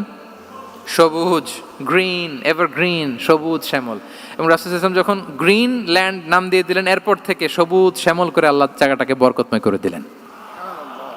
Changing names. এক সুন্দরী নারীকে বললেন মাসমুকি, কি নাম? বলে আসিয়া। আসিয়া মানে অবাধ্য। রাসূল সাল্লাল্লাহু আলাইহি ওয়াসাল্লাম বললেন, তুমি এত সুন্দরী, you are a beautiful lady, আর কি বাজে একটা নাম রেখেছো আসিয়া, তুমি আসিয়া কেন হবে? আজকে থেকে তোমার নাম জামিলা, মানে তুমি সুন্দরী, রূপবতী। সুবহানাল্লাহ, সুন্দর একটা নাম দিয়ে দিলেন। এক সাহাবীর নাম ছিল হাজান। হাজান মানে রাফ এন্ড টাফ, রুক্ষ। রাসূল সাল্লাল্লাহু আলাইহি ওয়াসাল্লাম বললেন, না, হাজান না, তোমার নাম আজকে থেকে সাহাল। কি নাম? সাহাল। সাহাল মানে সহজ। উনি বলেন, যেদিন থেকে সাহাল রাখছি এর আগ পর্যন্ত নাকি ওনার অসুস্থতা, রোগ বালাই একটার পর একটা লেগেই থাকতো। যেদিন থেকে সাহাল, ওই দিন থেকে উনি বলেন যে আল্লাহ তাআলা নবীর এই নাম চেঞ্জ করে দেওয়ার বারাকায় আমার পুরো জীবনের সব কাজকে আল্লাহ তাআলা সহজ করে দিয়েছেন। তাহলে রিফর্ম সেন্ট্রিক মাইন্ডসেট, আমরাও খারাপ কিছু দেখলে ভালো দিয়ে পরিবর্তন করব, কি বলেন? আচ্ছা, এটা তো নাম চেঞ্জ করে দেয়া। এবার সোশ্যাল রিফর্ম তিনি কি কি করেছেন আমরা একটু দেখি। তিনি যখন যুবক, মক্কায় এক ইয়ামানি লোক ব্যবসা করতে এসে তার প্রোডাক্ট বিক্রি করার পরে, আস ইবনে ওয়াইল নামে এক লোকের কাছে বিক্রি করার পরে যখন দাম চাইতে গেল, আস বলে, আরে বেটা, আমরা মক্কার সন্তান, আমরা দাম দিব না। তো সে ভাবলো হয়তো আমার সাথে ঠাট্টা করেছে, হজের মৌসুম যাক, বেচাকেনা শেষ করে যাওয়ার পথে দামটা নিয়ে যাব। সে ফেরার দিন আবার গেল যে আমার তো জিনিসের দামটা আপনি দিলেন না। সে বলে, আমরা এই ভূখণ্ডের মালিক, আমরা দাম দেই না, এটা তো বড় জুলুম। সে কান্নাকাটি শুরু করলো। তার এই কান্নাকাটি দেখে আল্লাহ রাসূল সাল্লাল্লাহু আলাইহি ওয়াসাল্লাম, ওনার চাচা জুবাইর ইবনে আব্দুল মুত্তালিব সহ ইয়াং স্টার যারা আছে, দ্য ইয়ুথ অব মক্কা, তাদের সবাইকে নিয়ে একটা সোসাইটি করলেন। এই যে আমরা হালাফুল ফুদুলের নাম শুনি না, যেটা বাংলায় আমরা কি বলি? হিলফুল ফুজুল। এই নামে তো অনেক সংগঠন আছে বাংলাদেশে, কি বলেন? যুবকরা কোনো সংগঠন করলে কমনলি এই নামটা পছন্দ করে, হিলফুল ফুজুল। আসলে এটার মূল নাম ছিল হালাফুল মুত্তাইয়িবিন। তিব মানে হচ্ছে রং। রাসূল সাল্লাল্লাহু আলাইহি ওয়াসাল্লাম সবাই মিলে, তখন জাহিলি যুগে একটা কালচার ছিল, বালতি ভর্তি রঙের ভেতরে হাত ঢুকিয়ে দিত, দিয়ে এই রং সমেত হাতটা তারা পাথরের মধ্যে লাগাতো, সবার হাত ওইখানে দিত, মানে আমরা হাতে হাত রেখে কমিটেড, আমরা ঐক্যবদ্ধ হলাম। সেখান থেকে হয়েছে হালাফুল মুত্তাইয়িবিন, থেকে হালাফুল ফুদুল। ওনারা বলল যে না, আমরা সবাই থাকবো মা আল মাজলুমি দিদ্দা জালিম, আমরা মজলুমের পক্ষে থাকবো, জালিমের বিপক্ষে থাকবো। এবং যেই প্রতিজ্ঞা ওই কাজ। সবাই মিলে আস ইবনে ওয়াইলকে ধরলো, তার কাছ থেকে টাকা আদায় করে ওই ইয়ামানি ব্যবসায়ীর কাছে পৌঁছে দিয়ে তিনি মাজলুমকে সহায়তা করেছেন। সুবহানাল্লাহ। এবং এই টেন্ডেন্সি, এই জুলুম, চাঁদাবাজি যেগুলো ছিল মক্কার জমিনে, রাসূল সাল্লাল্লাহু আলাইহি ওয়াসাল্লাম এই সোশ্যাল রিফর্মের মাধ্যমে এটাকে সংস্কার করেছেন। তাহলে এই যে রিফর্ম সেন্ট্রিক আমাদের হইতে হবে। আমাদের সমাজেও এখন চাঁদাবাজি আছে না নাই বলেন? খুন খারাপি আছে না নাই? সামাজিক অনাচার। তাহলে ঐক্যবদ্ধ হইতে হবে আমাদেরকে রিফর্মের জন্য। যুবক যারা আমরা আছি, যাদেরকে আল্লাহ আমাদের বলার সুযোগ দিয়েছে, লেখার সুযোগ দিয়েছে, ফিল্ডে কাজের সুযোগ দিয়েছে, আমরা সবসময় মজলুমের পক্ষে থাকব, আমরা সবসময় জালেমের বিপক্ষে থাকব। আমাদের নীরবতা আর আমাদের নিশ্চুপ থাকাই জালিমদেরকে আরো বড় বড় জালিম বানিয়েছে। এজন্য নাহনু মাআল মাজলুম দিদ্দা যালিম, এটা হচ্ছে আমাদের স্লোগান। আমরা কাদের সাথে? মজলুমের সাথে। আওয়াজ করে বলেন, কার সাথে? ইত্তাকু দাওয়াতাল মাজলুম। রাসূল সাল্লাল্লাহু আলাইহি ওয়াসাল্লাম বলেন, তোমরা মাজলুমের কান্নাকে ভয় করো, কেননা মাজলুমের কান্না আর আল্লাহর মাঝে কোনো ফারাক থাকে না, কোনো পর্দা থাকে না, বদদোয়া করলেই কবুল হয়ে যায়। তাহলে এভাবে রাসূলুল্লাহ সাল্লাল্লাহু আলাইহি ওয়া আলিহি ওয়াসাল্লাম তিনি সোশ্যাল রিফর্ম করেছেন। আমরা যদি ওনার পলিটিক্যাল রিফর্মের দিকে তাকাই তাহলে দেখব যে আমরা যদি কনস্টিটিউশন অফ মদিনার কথা বলি, মদিনার কনস্টিটিউশন, এটা কিন্তু রাসূল সাল্লাল্লাহু আলাইহি ওয়াসাল্লাম করেছেন। মদিনা চার্টার, এত চমৎকার চার্টার পৃথিবী আর দেখেনি। ওইটা থেকেই এখন সব গোটা বিশ্বের সংবিধান। এই যে আমাদের সংবিধান সংস্কার কমিশন আছে না একটা, নিশ্চয়ই তারা ওইটা থেকে অনেক বেনিফিটেড হতে পারবেন। আমাদের যে মদিনা চার্টার রাসূল সাল্লাল্লাহু আলাইহি ওয়াসাল্লাম নিজে করা, এবং এটা একটা ইনক্লুসিভ চার্টার ছিল। মুসলিম, পেগানস, জুইশ সব ধর্মের মানুষকে নিয়ে তিনি মদিনাতে ওয়ান উম্মা ঘোষণা দিয়েছিলেন। One Umma, we are one উম্মা। হোক তুমি পেগান মুশরিক, হোক তুমি জুইশ মানে ইহুদি, হোক তুমি মুসলিম, তুমি যেই ধর্মের হও না কেন, মদিনাকে রক্ষা করতে যে আমরা সবাই মিলে উম্মা ওয়াহেদা, আমরা সবাই মিলে কি উম্মা ওয়াহেদা। পৃথিবীর অনেক দেশ এই আইডিওলজিকে ধারণ করে হু হু করে এগিয়ে গিয়েছে। মালয়েশিয়াতে 3টা রেস, আমি তো প্রায় 1 যুগ ওখানে, আমার 2টা ডিগ্রি ওখান থেকে, মাস্টার্স পিএইচডি। সো আমি কাছ থেকে তাদেরকে দেখার সুযোগ পেয়েছি। ওখানে মালয়েরা আছে, তামিলরা আছে, চাইনিজরা আছে, 3 জাতি মিলে ওদের স্লোগান হচ্ছে সাতু মালয়েশিয়া। মালয় ভাষায় সাতু মানে হচ্ছে ওয়ান, মালয় ভাষায় সাতু মানে কি ওয়ান। সাতু মালয়েশিয়া মানে আমরা হতে পারি চাইনিজ, হতে পারি তামিল, কিংবা হতে পারি মালয় ভূমিপুত্রা, কিন্তু সবাই মিলে দেশের স্বার্থে আমরা সবাই কি এক। এটাই লাগবে আমাদের নতুন বাংলাদেশে। জুলাই আপরাইজিং এর পরে আমাদের এই ঐক্যবদ্ধ থাকার বাংলাদেশ আমরা চাই কি চাই না বলেন? সাম্রাজ্যবাদকে রুখে দিতে, যে কোনো ষড়যন্ত্রকে রুখে দিতে ঐক্যবদ্ধ থাকার কোনো বিকল্প নাই, ঠিক কিনা বলেন? ঐক্যবদ্ধ থাকতে হবে আমাদেরকে, যেটা রাসূলুল্লাহ সাল্লাল্লাহু আলাইহি ওয়া আলিহি ওয়াসাল্লাম মদিনা চার্টারে আমাদেরকে শিখিয়েছেন যে আমরা ওয়ান উম্মাহ। তাহলে খারাপ নাম দেখলে চেঞ্জ করতেন, পলিটিক্যাল রিফর্ম করেছেন ওয়ান উম্মাহ গঠনের মধ্য দিয়ে। ফিনান্সিয়াল রিফর্ম যদি বলি, শুধু financial reforms by prophet Muhammad peace be upon him, এটা নিয়ে লম্বা কথা বলা যেতে পারে। শুধু একটা উদাহরণ দিয়ে শেষ করি। বিদায় হজের ভাষণে উনি সুদকে চিরতরে কবরস্থ করেছেন, সুদকে চিরতরে কবরস্থ করেছেন, এবং এটা অন্যের জন্য না, নিজের ঘর দিয়ে শুরু করেছেন। উনি বলেছেন যে এই হানাহানি রক্তপাত এটা বন্ধ, আমার গোত্রের একটা এরকম রক্তের দাবি আছে, এটা আমি শেষ ঘোষণা করলাম। এরপর বললেন যে সুদ কবর দিলাম, অন্য জায়গা থেকে না, আমার পরিবার থেকে। রাসূল ইসলামের চাচা স্বয়ং আব্বাস রাদিয়াল্লাহু তাআলা আনহুর অনেক সুদের ট্রানজ্যাকশন ছিল, ইন্টারেস্ট, সুদের ব্যবসা ছিল। রাসূল ইসলাম বলেন আজকে থেকে এই সুদ আমি চিরতরে মাটির নিচে কবর দিয়ে দিলাম। আল্লাহু আকবার। দেখেন সোশ্যাল রিফর্ম। তাহলে পরিবর্তন করতে হলে আগে নিজের ঘর থেকে, আগে কোত্থেকে? নাকি ওই ফ্যামিলি থেকে? হ্যাঁ, আমাদের মধ্যে যেটা হয়, আমরা ওয়াজ নসিহত বা ভালো কথা শুনলেই এটাকে ধরে নিই যে এটা ওর জন্য, ওর জন্য, মানে প্রত্যেকটা ওয়াজই যে আমার জন্য হইতে পারে, প্রত্যেকটা নসিহাতের যে প্রাইম অডিয়েন্স আমি হইতে পারি, এইটা আমাদের মাথায় কেন যেন আসে না। আমরা কোনো ভালো নসিহত শুনলে আমরা ভাবি এটা আসলে সমাজে দরকার, ওর দরকার, আমার ভাইয়ের দরকার, কিন্তু এটা যে আমার দরকার, প্রতিটা নাসিহাতের প্রথম অডিয়েন্স হওয়া দরকার কে? আমি নিজে। তাহলে পরিবর্তন শুরু করতে হবে নিজ থেকে। ওর এই সমস্যা, ওর এই সমস্যা, ওর এটা, আরে মিয়া তোমার কি সমস্যা ওইটা বলো। শুধু ওর ওর না দেখে নিজেরটাও দেখতে হবে। দেখেন অন্যের দিকে 1 আঙ্গুল দেখালে নিজের দিকে কয় আঙ্গুল যায় বলেন তো? এই যে নিজের দিকে কিন্তু 3টা। আমি যদি এরকম করি তা আমার দিকে আসে 3টা। এজন্য নিজ থেকে, নিজের ফ্যামিলি থেকে আমরা সংস্কার শুরু করব, কি বলেন? ওমরে ফারুক রাদিয়াল্লাহু তাআলা আনহু যখন ফ্যামিলি মিটিংয়ে বসতেন, উনি ওনার সন্তানদেরকে বলতেন, শোনো, তোমরা খলিফাতুল মুসলিমিন, আমিরুল মুমিনিনের সন্তান, তোমাদের কোনো বাজে কাজ যদি সমাজে আসে, তোমাদের কোনো অন্যায় যদি আমার কানে আসে, অন্যের জন্য যা শাস্তি তোমাদের জন্য হবে ডবল শাস্তি।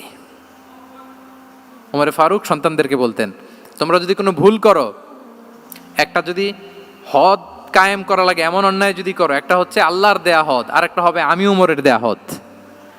আমার মতো খলিফাতুল মুসলিমিনের সন্তান হয়ে এই পাপ তুমি কেন করলে? দেখেন অন্যের বাচ্চা কি করছে, অন্যের, আমাদের তো ওই মেয়েটার সমস্যা, ওনার ছেলের সমস্যা, এগুলো আমার ছেলের যে কি অবস্থা, আমার পরিবারের যে কি হালাত, আমার স্ত্রীর যে কি দশা, ওইটা নিয়ে আমরা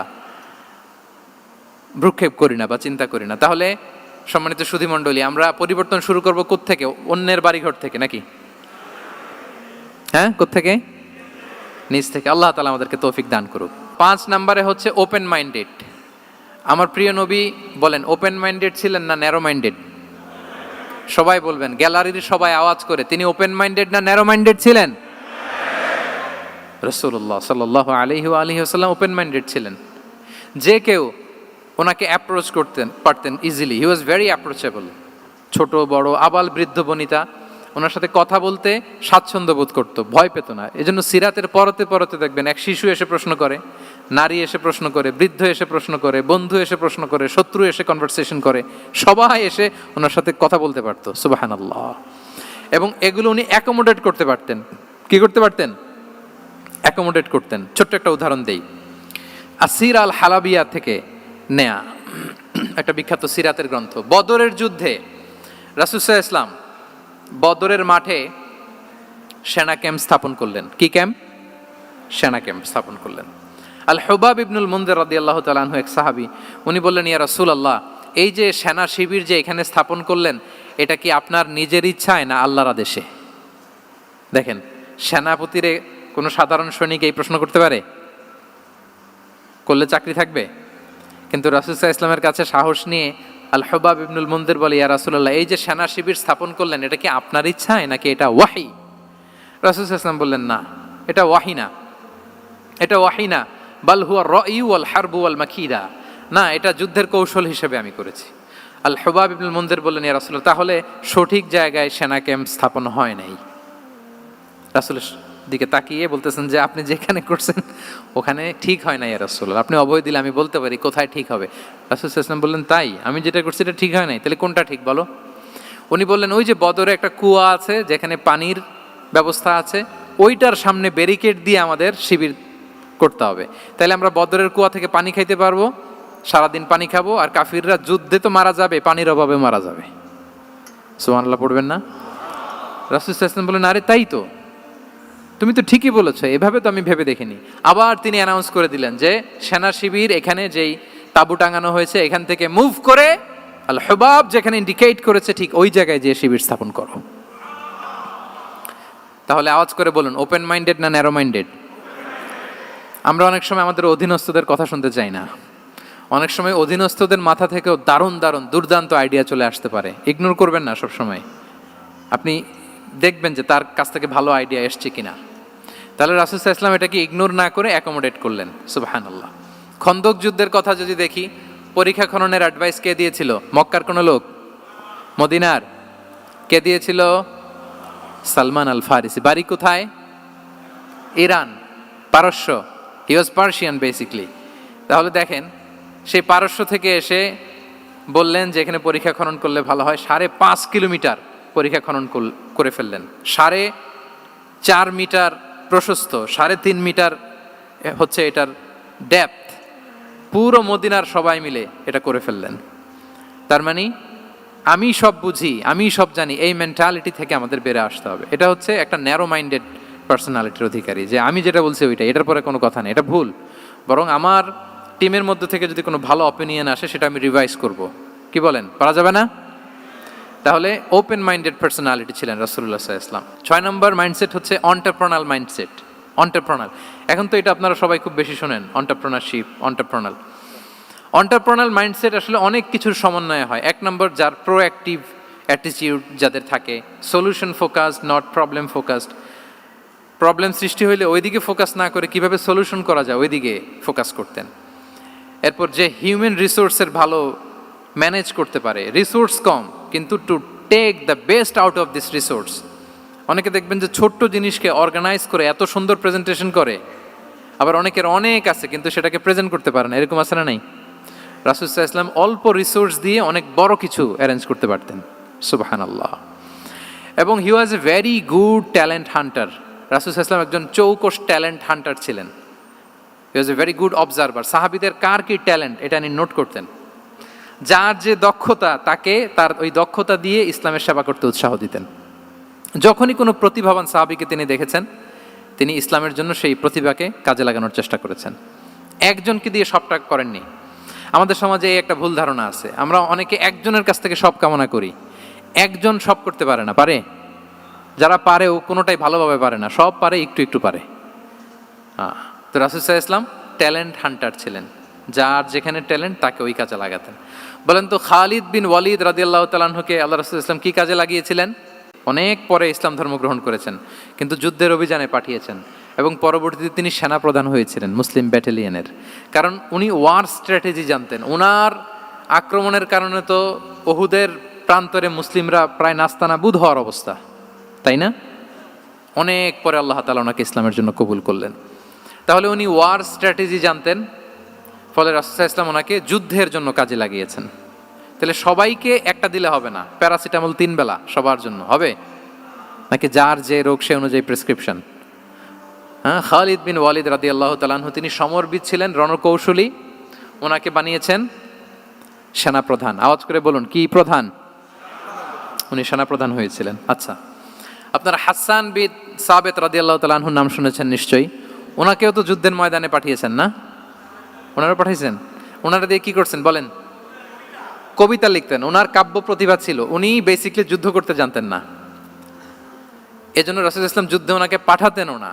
বিভিন্ন যুদ্ধে ওনাকে না পাঠিয়ে নারীদেরকে, মদিনার নারী শিশু ভালনারেবলস যারা আছে তাদেরকে দেখভাল করার জন্য মদিনায় উনি রেখে যেতেন, কারণ আল্লাহ তাআলা ওনাকে কাব্য প্রতিভা দিয়েছিলেন। ওনার এক এক কবিতা পড়লে গায়ের লোম খাড়া হয়ে যায়। You will have goosebumps, literally আপনার গায়ের পশম দাঁড়িয়ে যাবে। এবং উনি ওনার কবিতা দিয়ে মুসলিমদেরকে, সাহাবীদেরকে উজ্জীবিত করতেন। মসজিদে নববীতে আল্লাহ রাসূল সাল্লাল্লাহু আলাইহি ওয়াসাল্লাম ওনার মিম্বারের পাশে শুধু হাসান বিন সাবিতের রাদিয়াল্লাহু তাআলা আনহুর জন্য আলাদা একটা মিম্বার বানিয়েছিলেন, যে হাসান তুমি ওখানে উঠে কবিতা লিখে আমার সাহাবাদেরকে উজ্জীবিত করবে জিহাদের জন্য। আল্লাহু আকবার।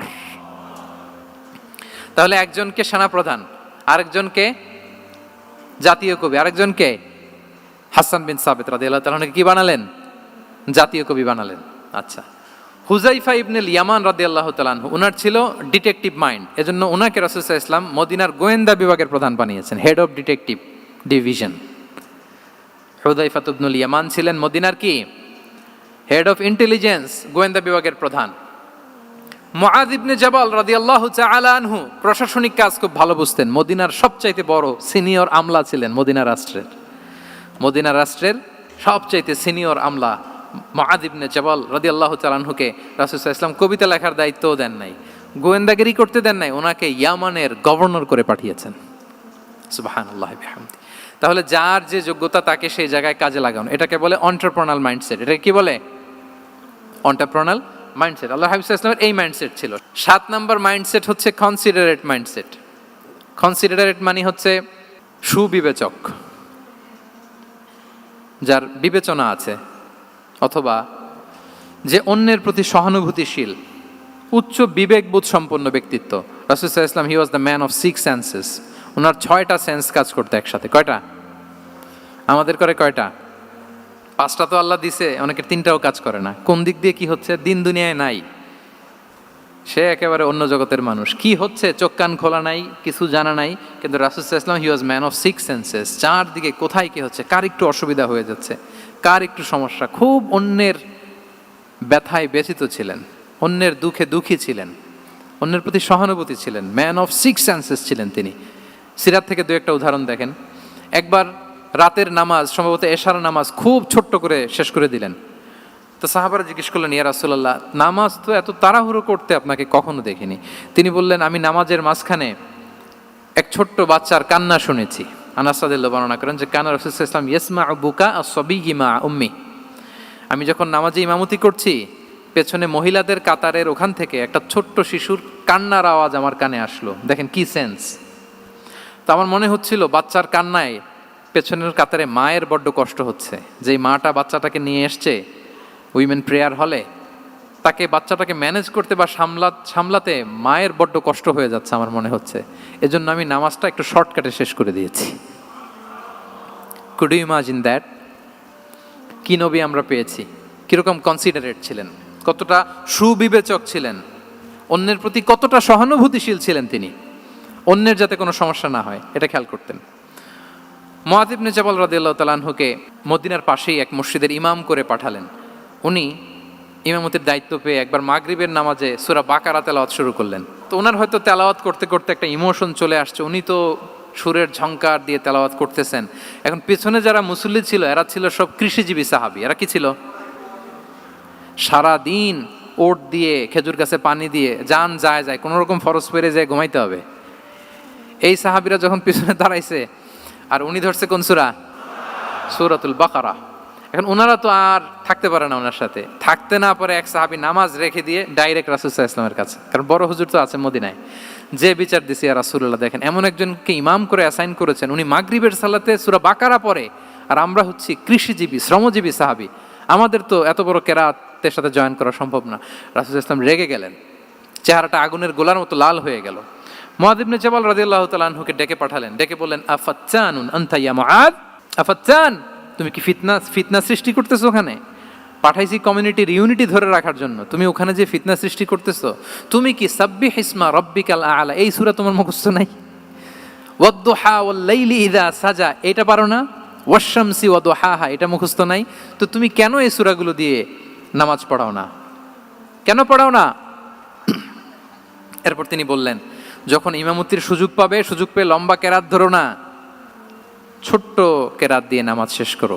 কেননা তোমার পেছনে বয়স্করা আছে, মুরব্বীরা আছে, অসুস্থরা আছে। জাল হাজা, তার একটা জরুরি কাজ পড়ছিল, যাচ্ছিল, হঠাৎ মাগরিবের আজান, ভাবলো রাস্তার পাশে যেহেতু আজান দিছে নামাজটা পড়ে নেই, নামাজে ঢুইকা দেখছে আপনি সূরা বাকারা ধরছেন, তো বেচারা কি কাজ করবে না কি করবে? আর তার তো নিয়ত ছিল ফরজ নামাজটা পড়ি যে বাস ধরবো, এখন আপনি ধরছেন কোন সূরা? বাকারা।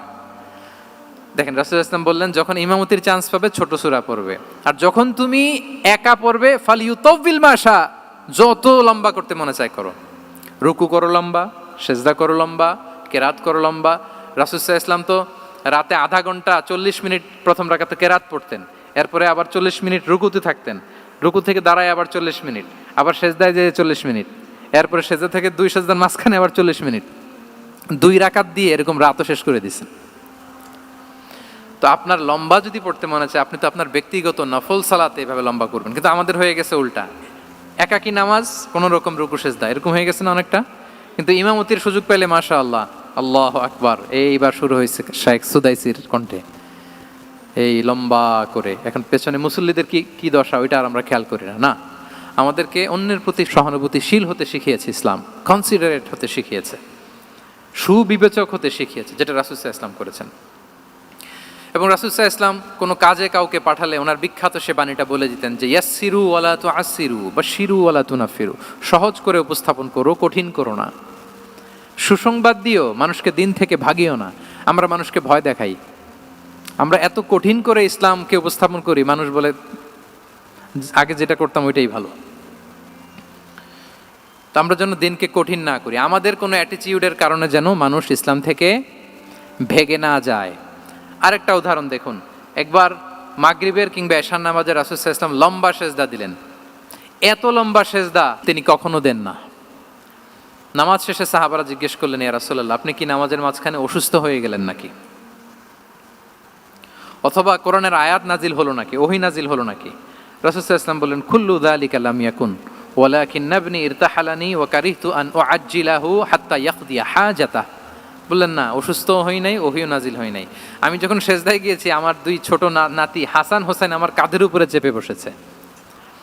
যতক্ষণ না ওরা খেলা শেষ না করে নিচে নেমেছে, আমি সেজদায় লুটিয়েছিলাম, নেমেছে এরপরে মাথা উঠিয়েছি। আমার মাথা উঠানোর কারণে ওদের খেলার একটু ডিস্টার্ব হবে, এজন্য আমি আর সেজদা থেকে মাথা উঠাই নাই। দেখেন, নাতির খেলার যেন ডিস্টার্ব না হয়। পেছনের মহিলা সারির এক বোনের নামাজের সমস্যা হচ্ছে, এগুলো উনি খেয়াল করতেন, ছোট্ট ছোট্ট বিষয়গুলো উনি খেয়াল করতেন। এটাকে বলে কনসিডারেট মাইন্ডসেট। কি বলে? তাহলে আমরা অন্যের প্রতি যেন সহানুভূতিশীল হই, নাকি শুধু নিজেরটাই দেখব? অন্যেরটা দেখার দরকার আছে না নাই বলেন? 8 নাম্বার হচ্ছে ট্রান্সপারেন্সি। ট্রান্সপারেন্সি মানে হচ্ছে স্বচ্ছতা। ওনার জীবনের চাইতে, ওনার বায়োগ্রাফির চাইতে স্বচ্ছ বায়োগ্রাফি আপনি পাবেন না। No public and private dividation, and in the long history of time no one's life has been recorded more transparently than the life of Prophet Muhammad sallallahu alaihi wasallam. রাসূল সাল্লাল্লাহু আলাইহি ওয়াসাল্লামের চেয়ে বেশি পৃথিবীতে এমন সেকেন্ড কোনো পার্সন আপনি দেখাতে পারবেন না যার জীবনের সবকিছু রেকর্ডেড। সবকিছু রেকর্ডেড। এরকম আছে? ঘরে কি করেছেন, বাইরে কি করেছেন, স্ত্রীর সাথে কি করেছেন, বন্ধুর সাথে কি করেছেন, সাহাবাদের সাথে কি করেছেন, শত্রুর সাথে কি করেছেন, অল আর রেকর্ডেড। সব এন্ড ক্রিস্টাল ক্লিয়ার, একেবারে স্বচ্ছ পানির মতো, স্ফটিক কাচের মতো ক্লিয়ার, ট্রান্সপারেন্ট। ওনার সব কাজে উনি স্বচ্ছতা বজায় রাখতে চাইতেন। কতটা স্বচ্ছ ছিলেন একটা মজার ঘটনা শোনায় আপনাদেরকে। সহিহ বুখারীতে এসছে, রমাদানের শেষ 10 দিন, দ্য লাস্ট 10 days অফ রমাদানে তিনি এতেকাফ করতেন। তো এতেকাফ অবস্থায় স্ত্রীরা এসে রাতে দেখা করে যেত, জরুরি কথা আলাপ থাকলে সেরে যেত। একবার রাতে সফিয়া বিনতে হুয়াই ইবনে আখতাব রাদিয়াল্লাহু তাআলা আনহা আসলেন, ওনার স্ত্রী। কথা হলো এবার ওনাকে একটু এগিয়ে দিবেন, মসজিদ থেকে রাসূলুল্লাহ সাল্লাল্লাহু আলাইহি ওয়াসাল্লাম বারান্দার দিকে পাশ দিয়ে আসলেন এগিয়ে দেওয়ার জন্য। ইন দ্য মিন টাইম হঠাৎ দুইজন আনসারি সাহাবী পাশ দিয়ে হেঁটে যাচ্ছেন। রাসূলুল্লাহ সাল্লাল্লাহু আলাইহি ওয়াসাল্লাম আম্মাজানকে বিদায় দিবেন এখানে, হঠাৎ করে তিনি আওয়াজ করে বললেন, আলা রিসলিকুমা, এই দাঁড়াও। ওই সাহাবী দুইজন রাসূল সাল্লাল্লাহু আলাইহি ওয়াসাল্লামের সাথে কে ওটা টের পায় নাই, বুঝতে পারে নাই। বোরকায় আবৃত কোনো এক নারী দেখে রাসূল আর ওই নারীকে দেখে তারা আরো দ্রুত গতিতে হাঁটতে শুরু করে দিচ্ছে, আমরা চলে যাই এখান থেকে। দেখেন রাসূল সাল্লাল্লাহু আলাইহি ওয়াসাল্লাম নিজের অবস্থানকে ট্রান্সপারেন্ট করার জন্য বললেন, আলা রিসলিকুমা, দাঁড়াও। দাঁড়ালেন। তখন রাসূল সাল্লাল্লাহু আলাইহি ওয়াসাল্লাম বললেন যে, ইন্নাহা উম্মুকুম সফিয়া, আমার পাশে যাকে দেখতে পাচ্ছ বলে দেয়া ভালো যে সে কিন্তু অন্য কোনো নারী নয়, সে তোমাদের মা উম্মুল মুমিনিন সফিয়া। সাহাবারা বলে, সুবহানাল্লাহ ইয়া রাসূলুল্লাহ, ইয়া রাসূলুল্লাহ, এ কেমন কথা, আপনি কেন আমাদের কাছে জবাবদিহি করতে যাচ্ছেন বা ক্লারিফাই করছেন? আপনার পাশে কোনো নারী এত রাতে যদি দাঁড়িয়ে থাকে, তিনি তো আমাদের মাদের মধ্যে থেকেই তো একজন হবেন, কেন আপনি বলতেছেন? তখন রাসূল সাল্লাল্লাহু আলাইহি ওয়াসাল্লাম বললেন যে, না, ইন্না শাইতানা ইয়াজরি মিনাল ইনসানি মাজরাদ দাম, শয়তান মানুষের রগে রগে চলাচল করে। ওয়া ইন্নী খাশিতু আইয়ুকযিফা ফি কুলুবিকুমা শাররান, আরেক বর্ণনায় আছে শাইআন, আমার ভয় হয় হয়তো শয়তান কোনো সন্দেহের উদ্রেক তোমাদের হৃদয়ে ঢুকায় দিতে পারে। সুবহানাল্লাহ। এজন্য আমি ক্লিয়ার করে দিলাম, এটা আমার বউ, আমার স্ত্রী, তোমাদের মা সফিয়া। দুজন সাহাবী যদি চলে যায়, এমন হতেই পারতো বাড়িতে যে একজন আরেকজনকে জিজ্ঞেস করতে পারতো যে, আচ্ছা নবীর পাশে যে কালো বোরকা পরা মহিলাটা ছিল দেখছো না, এটা কে? তখন একজন হয়তো বলতো, কে আর হবে, আমাদের মাই তো হবে, কোনো এক মা। আরেকজন বলবে, আমাদের উম্মুল মুমিনিনের কেউ ছিল নাকি অন্য কেউ? এরকম একটা হুট করে সন্দেহের উদ্রেক মাথায় আসতে পারে না যে ওনার স্ত্রী ছিল না অন্য কেউ ছিল? আসতে পারে কি পারে না বলেন? ওই সন্দেহের অবকাশটুকু রাসূল সাল্লাল্লাহু আলাইহি ওয়াসাল্লাম রাখেন নাই। উনি বলে দিলেন যে এটা তোমাদের মা, এটা সফিয়া। এই সন্দেহের অবকাশের কোনো সুযোগ নাই। তাহলে রাসূল সাল্লাল্লাহু আলাইহি ওয়াসাল্লামের পুরো লাইফ ছিল ট্রান্সপারেন্ট, একেবারে স্বচ্ছ। তাহলে রাসূল সাল্লাল্লাহু আলাইহি ওয়াসাল্লামের লাইফ তিনি কত স্বচ্ছতার সাথে কাটিয়েছেন, এটা ক্লিয়ার না আমাদের সাথে? Transparent mindset. 9 নাম্বার হচ্ছে অ্যাপ্রিসিয়েটিভ, অর্থাৎ অন্যের প্রশংসা করা। আমরা অনেক সময় অন্য কেউ ভালো কাজ করলে অ্যাপ্রিসিয়েট করতে চাই না, আমরা গুণমুগ্ধ হই কিন্তু গুণগ্রাহী হতে চাই না, অন্যরে ক্রেডিট দিতে চাই না, তার ভালো কাজের স্বীকৃতি দিতে চাই না। হয়তো আমার দলের লোক না, বা আমার চিন্তার লোক না, বা আমার সার্কেলের লোক না, তার প্রশংসা করতে চাই না, তার গুণগ্রাহী হতে চাই না। এরকম মেন্টালিটি আমরা অনেকে ক্যারি করি না? রাসূল সাল্লাল্লাহু আলাইহি ওয়াসাল্লাম এটা করেননি। ভালো কিছু দেখলে মুসলিম হোক অমুসলিম হোক অ্যাপ্রিসিয়েট করতেন। Basically he develop the culture of appreciation. এটা আমাদের করতে হবে। আপনার ছেলে ভালো কিছু করেছে, অ্যাপ্রিসিয়েট করেন, ও কনফিডেন্স ফিরে পাবে। আপনার স্ত্রী ভালো রান্না করেছে, অ্যাপ্রিসিয়েট করেন, সে আনন্দিত হবে। আপনার বন্ধু ভালো কিছু একটা করেছে, তাকে ইন্সপায়ার করেন, অ্যাপ্রিসিয়েট করেন। রাসূল সাল্লাল্লাহু আলাইহি ওয়াসাল্লাম একবার এক বৈঠকে 8 জন সাহাবীকে 8টা কমপ্লিমেন্ট দিয়েছেন, 8টা অ্যাপ্রিসিয়েশন দিয়েছেন। তিনি বলেছেন, আরহামু উম্মতি বি উম্মতি আবু বকর। দেখেন 8 জন সাহাবীর 8টা গুণের বর্ণনা দিচ্ছেন। তিনি বললেন, আমার উম্মতের মধ্যে সবচাইতে রহম দিলের সাহাবী হচ্ছে কে? আবু বকর রাদিয়াল্লাহু তাআলা। এত রহম দিলের ছিলেন, উনি যখন আল্লাহ রাসূল সাল্লাল্লাহু আলাইহি ওয়াসাল্লামের ইন্তেকালের পরে মসজিদে নববীতে যখন নামাজে দাঁড়াতেন, কান্নার চোটে উনি কেরাতই পড়তে পারতেন না। কমপ্লেন করতো সাহাবারা যে আমরা তো কেরাত বুঝি না, একটু স্পষ্ট করে পড়েন, কান্না একটু থামান। কেন কাঁদতেন? কারণ উনি যখন নামাজে দাঁড়াতেন ওনার ফিলিংসটা হতো এরকম যে, কাইফা আকুমু মাকামা রাসূলিল্লাহ, আমি রাসূলের জায়গায় কিভাবে দাঁড়াই? এখানে তো আমার রাসূল দাঁড়িয়ে ইমামতি করেছেন, আমি নবীর জায়গায় দাঁড়িয়ে কিভাবে নামাজটা পড়াই? এই অনুভব থেকে উনি যে কাঁদতে শুরু করতেন, এই কান্নার ধাক্কায় উনি আর তেলাওয়াতই আগাতে পারতেন না। আরহামু উম্মতি বি উম্মতি আবু বকর। আমার উম্মতের মধ্যে সবচাইতে রহম দিলের হচ্ছেন আবু বকর। ও আসাদ্দুহুম ফি আমরিল্লাহি উমর। দেখেন প্রশংসা করতেছেন। আর আমার উম্মতের মধ্যে আল্লাহর দ্বীন বাস্তবায়নে সবচাইতে কঠোর হচ্ছে ওমর। মুনাফিকরা ওনাকে জমের মতো ভয় পেত, ইভেন শয়তান ভয় পেত। রাসূল সাল্লাল্লাহু আলাইহি ওয়াসাল্লাম বলেন, ওমর তুমি যদি এই রাস্তা দিয়ে হাঁটো, শয়তান যদি দেখতে পায়, শয়তান এই রাস্তা রেখে দিয়ে অন্য কোনো রাস্তা থাকলে ওইটা দিয়ে হাঁটে। সুবহানাল্লাহি বিহামদিহি। আমাদের অনেক সময় এমন হয় না যে আমাদের বাচ্চারা, ছেলেমেয়েরা খেতে চায় না, আমাদের নাতি নাতনিরা খেতে চায় না, মায়েরা খাবার নিয়ে পেছনে পেছনে ঘুরে, আর তখন ভয় দেখায়, এই রাত্রিবেলা তাড়াতাড়ি খাও, ওই যে বাঘ আসবে, বাঘ। বিড়াল আসবে বিড়াল, তাড়াতাড়ি না খেলে কিন্তু ভূত আসবে ভূত, এরকম বলেন আপনারা? বলেন না? এই দায়িত্ব তো আপনাদের কাঁধে থাকে না? তো ওই যে আমাদের বোনরা বলতে পারবে, বোনরা খাবার নিয়ে ঠিকই রাত্রিবেলায় বাচ্চাদের পেছনে পেছনে এরকম দৌড়াতে হয়। তো কি বলতে হয় যে এই ভূত আসলো ভূত, ওই যে বিড়াল আসলো বিড়াল, কুকুর আসলো, এইগুলো বললে বাচ্চারা আবার ভয় পায়, তাড়াতাড়ি করে খায়। তো মদিনাতেও মদিনার বাচ্চারা খেতে চাইতো না। তো খেতে না চাইলে মায়েরা ভূত আসতেছে ভাল্লুক আসতেছে এগুলো না বলে বলতো হা হুয়া ইয়াতি উমর, ইয়াতি উমর, তাড়াতাড়ি খাও তাড়াতাড়ি খাও, ওই যে ওমর আসতেছে ওমর। সুবহানাল্লাহি ওয়া বিহামদিহি ওয়া আশাদ্দুহুম ফি আমরিল্লাহি উমর। আল্লাহর দ্বীন বাস্তবায়নে সবচেয়ে কঠোর ছিলেন ওমর রাদিয়াল্লাহু তাআলা আনহু। ওয়া আসদাকুহুম হায়াআন উসমান, সবচেয়ে লাজুক সাহাবী ছিলেন উসমান রাদিয়াল্লাহু তাআলা আনহু। শুধু অর্থ বলে যাই। ওয়া আকরাউহুম লিকিতাবিল্লাহি উবাই ইবনে কাব, সবচেয়ে কোরআনের ভালো কেরাত পড়তে পারতেন উবাই ইবনে কাব। আফরাদুহুম যায়েদ ইবনে সাবিত, উত্তরাধিকার বন্টনের নীতিমালা ফারায়েজের জ্ঞান ছিল যায়েদ ইবনে সাবিত রাদিয়াল্লাহু তাআলা। ওয়া আ'লামুহুম বিল হালালি ওয়াল হারামি মুআদ ইবনে জাবাল, এই উম্মতের হালাল হারামের স্পেশালিস্ট সাহাবী হচ্ছেন মুআদ ইবনে জাবাল। আলা ওয়া ইন্না লিকুল্লি উম্মাতিন আমিনান ওয়া আমিনা হাদিহিল উম্মাহ আবু উবাইদা ইবনুল জাররাহ, সব উম্মতের একজন বিশ্বস্ত লোক থাকে, এই উম্মতের সবচাইতে বিশ্বস্ত লোক হচ্ছে আবু উবাইদা ইবনুল জাররাহ। দেখেন 8 জন সাহাবীর 8টা গুণের কথা বললেন।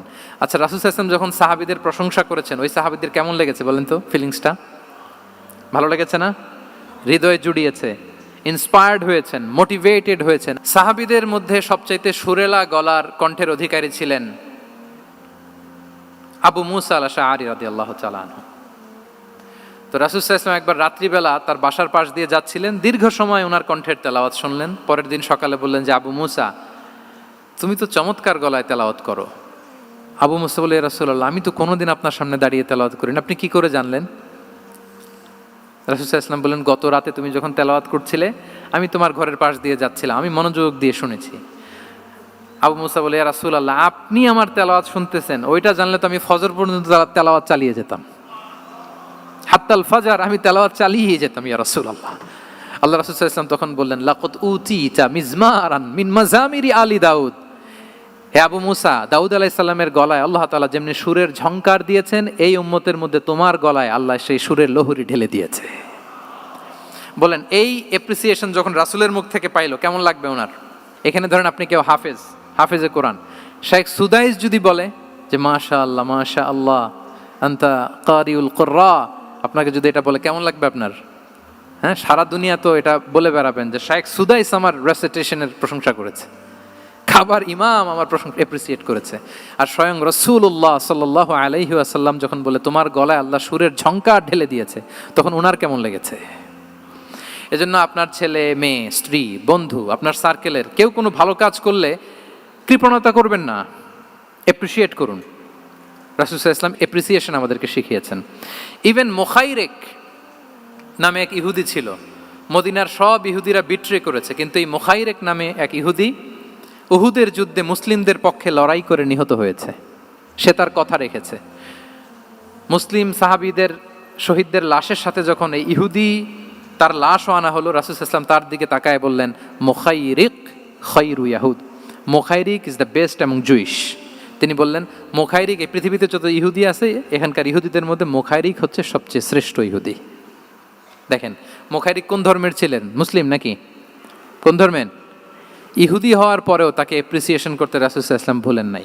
তাহলে আমরা যেন অ্যাপ্রিসিয়েটিভ মাইন্ডসেটের অধিকারী হই। 10 নম্বরে হচ্ছে ফ্লেক্সিবল, মানে কোনো বিষয়ে খুব অনড় হয়ে থাকা, এটা রাসূল সাল্লাল্লাহু আলাইহি ওয়াসাল্লাম ছিলেন না, ফ্লেক্সিবল ছিলেন। আমরা অনেক সময় বলি না যে ভাই আপনি কি 9টায় আসতে পারবেন না 10টায়, বলে আম ফ্লেক্সিবল উইথ দিস, মানে যেটা বলবেন আমার সমস্যা, এরকম ইজি গোয়িং ছিলেন উনি, গো ধরে থাকতেন না, যে কোনো পরিস্থিতিকে সামলে নিতেন। ফ্লেক্সিবল হচ্ছে যে কোনো পরিবেশ পরিস্থিতির সাথে নিজেকে মানিয়ে নেওয়া, খাপ খাওয়া, নিজেকে সামলে নেওয়া, সলিউশন বের করে ফেলা, এটা রাসূল সাল্লাল্লাহু আলাইহি ওয়াসাল্লামের ছিল, এটাকে বলে ফ্লেক্সিবল মাইন্ডসেট।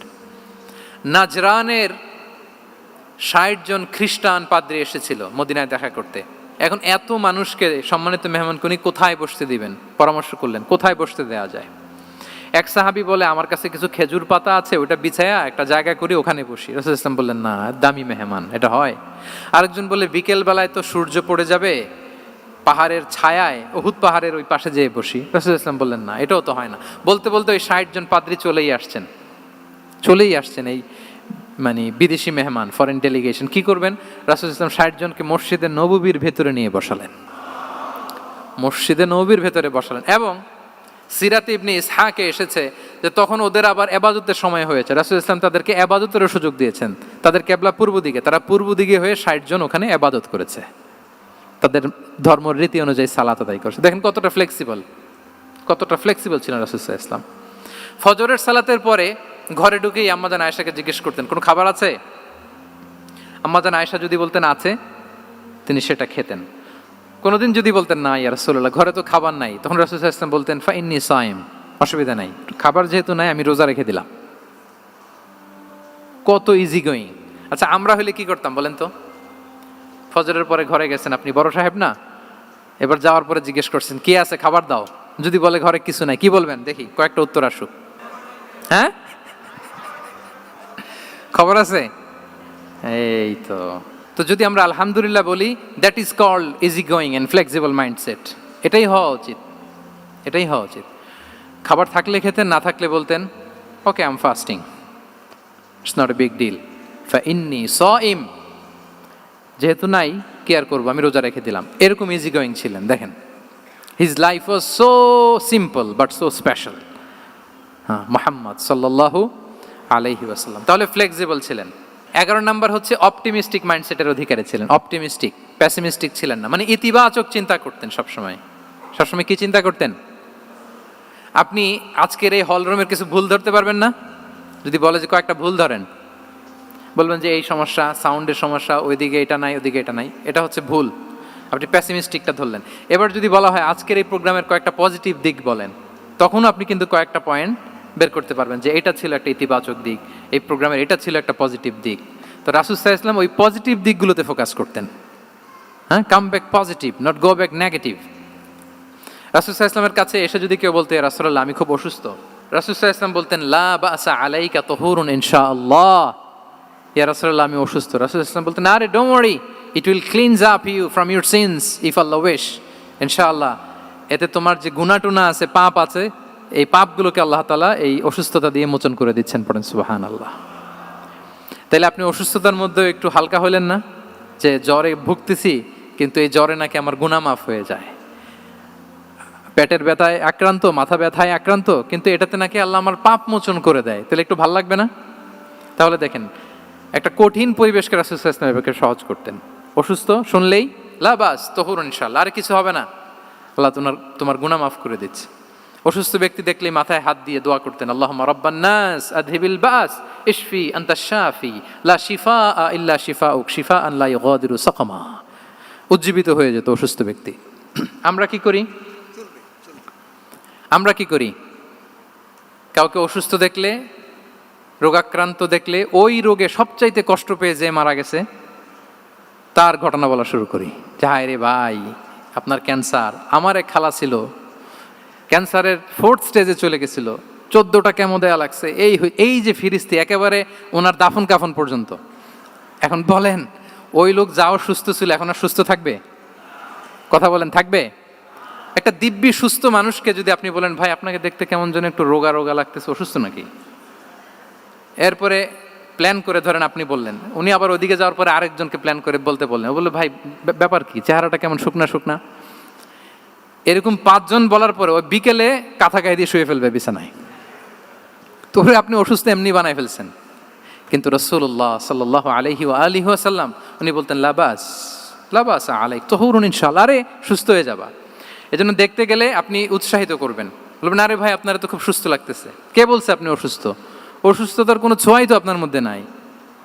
হ্যাঁ, you are looking very fine, চমৎকার লাগতেছে আপনার, কে বলছে? তো ভালো হয়ে যাচ্ছেন। এটা বললে উনি আশা পায়। আর আপনি যদি ওই রোগে সবচেয়ে কষ্ট পেয়ে যে মারা গেল, এই ঘটনা যদি ওনারে শোনান, উনি বাঁচবে বলেন? তাহলে আমরা মানুষকে উৎসাহিত করব, অপটিমিস্টিক হব, প্যাসিমিস্টিক হব না। এবার বলুন হুনাইনের যুদ্ধে, কুইজ, হুনাইনের যুদ্ধ কত হিজরিতে হয়েছিল? 8ম। হ্যাঁ, মাত্র 2-4 জন বলতেছে। আমাদের ওই যে হাসানা ফাউন্ডেশনের একটা সিরা অলিম্পিয়াড চলতেছে, এটাতে অংশগ্রহণ করতে হবে আপনাদের। আমরা প্রতিদিন একটা করে কুইজ জানান দিচ্ছি মানুষদেরকে, একেবারে সব মুখস্থ হয়ে যাবে ইনশাআল্লাহ। তাহলে 8ম হিজরিতে হাওয়াজিন বনু সাকিব গোত্রের বিশাল ব্যাটালিয়ন নিয়ে ওরা আসছে, এবং ওরা আসছে যে আমরা শুধু একা যাব না, আমাদের স্ত্রী, বাচ্চা কাচ্চা, আমাদের যার ঘরে যত সম্পদ আছে সব নিয়ে মরুভূমিতে যাব। এটা নিয়ে যাব কেন? সবার মধ্যে যেন ইন্সপিরেশন আসে যে যদি আমরা হারি, আমরা সব শেষ, আমাদের সম্পদও নিয়ে যাবে। আর এগুলো রক্ষার জন্য হলেও মোহাম্মদের বিরুদ্ধে আমাদেরকে জয়লাভ করতে হবে। কি টেকনিক দেখেন! সব যখন নিয়ে দাঁড়াইছে, বিশাল বাহিনী, এক সাহাবী এসে বলল, ইয়া রাসূলুল্লাহ, কালকে তো আমাদের খবর আছে, এই বাহিনীকে আমরা কি করে পরাস্ত করব? ইয়া রাসূলুল্লাহ, এসে দেখুন, পাহাড় থেকে দেখুন কত বিশাল বাহিনী। রাসূল সাল্লাল্লাহু আলাইহি ওয়াসাল্লাম দেখা মাত্রই বললেন, তিলকা গনিমাতুল মুসলিমিনা গাদান ইনশাআল্লাহ। আরবি যারা বোঝেন যে it will be the war booty for the Muslim community tomorrow ইনশাআল্লাহ। আরে এগুলো তো আমরা সব গনিমত আকারে ব্যাগে কইরা মদিনায় নিয়ে যাব। এই যুদ্ধে জয়লাভ করে যা আছে এগুলো উটে করে ওয়ার বুটি হিসেবে মদিনায় নিয়ে যাব। বলার সাথে সাথে সাহাবীদের সব ভয় দূর হয়ে গেল, আবার প্রাণ ফিরে পেলেন, সজীব হয়ে উঠলেন, উজ্জীবিত হলেন। তাহলে আমরা অপটিমিস্টিক হব, আমরা ইতিবাচক চিন্তা করব। এবং ইসলাম আল্লাহ তাআলার ব্যাপারেও আমাদেরকে ইতিবাচক ধারণা রাখতে উৎসাহিত করে। হাদিসে কুদসিতে আল্লাহ বলেন, আনা ইনদা যান্নি আবিদি বি, আমার বান্দার নিকট আমি তেমন, আমার বান্দা আমার ব্যাপারে ঠিক যেমন ধারণা করে। আপনি যদি ধারণা করেন আল্লাহ দয়ালু, ঠিকই আল্লাহ তাআলাকে দয়ালু পাবেন। এখন বলেন, আল্লাহর ব্যাপারে কার ধারণা কেমন? আল্লাহ তাআলা খুব প্রতিশোধ পরায়ণ না? প্রচন্ড রাগী, আমাদের সবাইকে জাহান্নামে দেওয়ার জন্য বসে আছেন না? তাহলে কি ধারণা বলেন তো? তিনি দয়াময়, তিনি মেহেরবান, তিনি আমাদেরকে অবশ্যই ক্ষমা করবেন। এই বিশ্বাস আল্লাহর প্রতি আমাদের সবার আছে তো? এই বিশ্বাস যদি থাকে, ঠিকই আল্লাহ তাআলাকে রহমান রাহিম হিসেবেই আপনি পাবেন। লাস্ট হচ্ছে রেজিলিয়েন্ট। শেষ, I am going to conclude my speech today. Resilient হচ্ছে যাকে থামানো যায় না, আনস্টপেবল। সংকট কাটিয়ে ঘুরে দাঁড়ানোর সামর্থ্য যার থাকে তাকে বলে রেজিলিয়েন্ট। লেগে থাকার মানসিকতা, টিকে থাকার যোগ্যতা, সহজে হার না মানার যে অ্যাটিটিউড, এটাকে বলে রেজিলিয়েন্ট মাইন্ডসেট।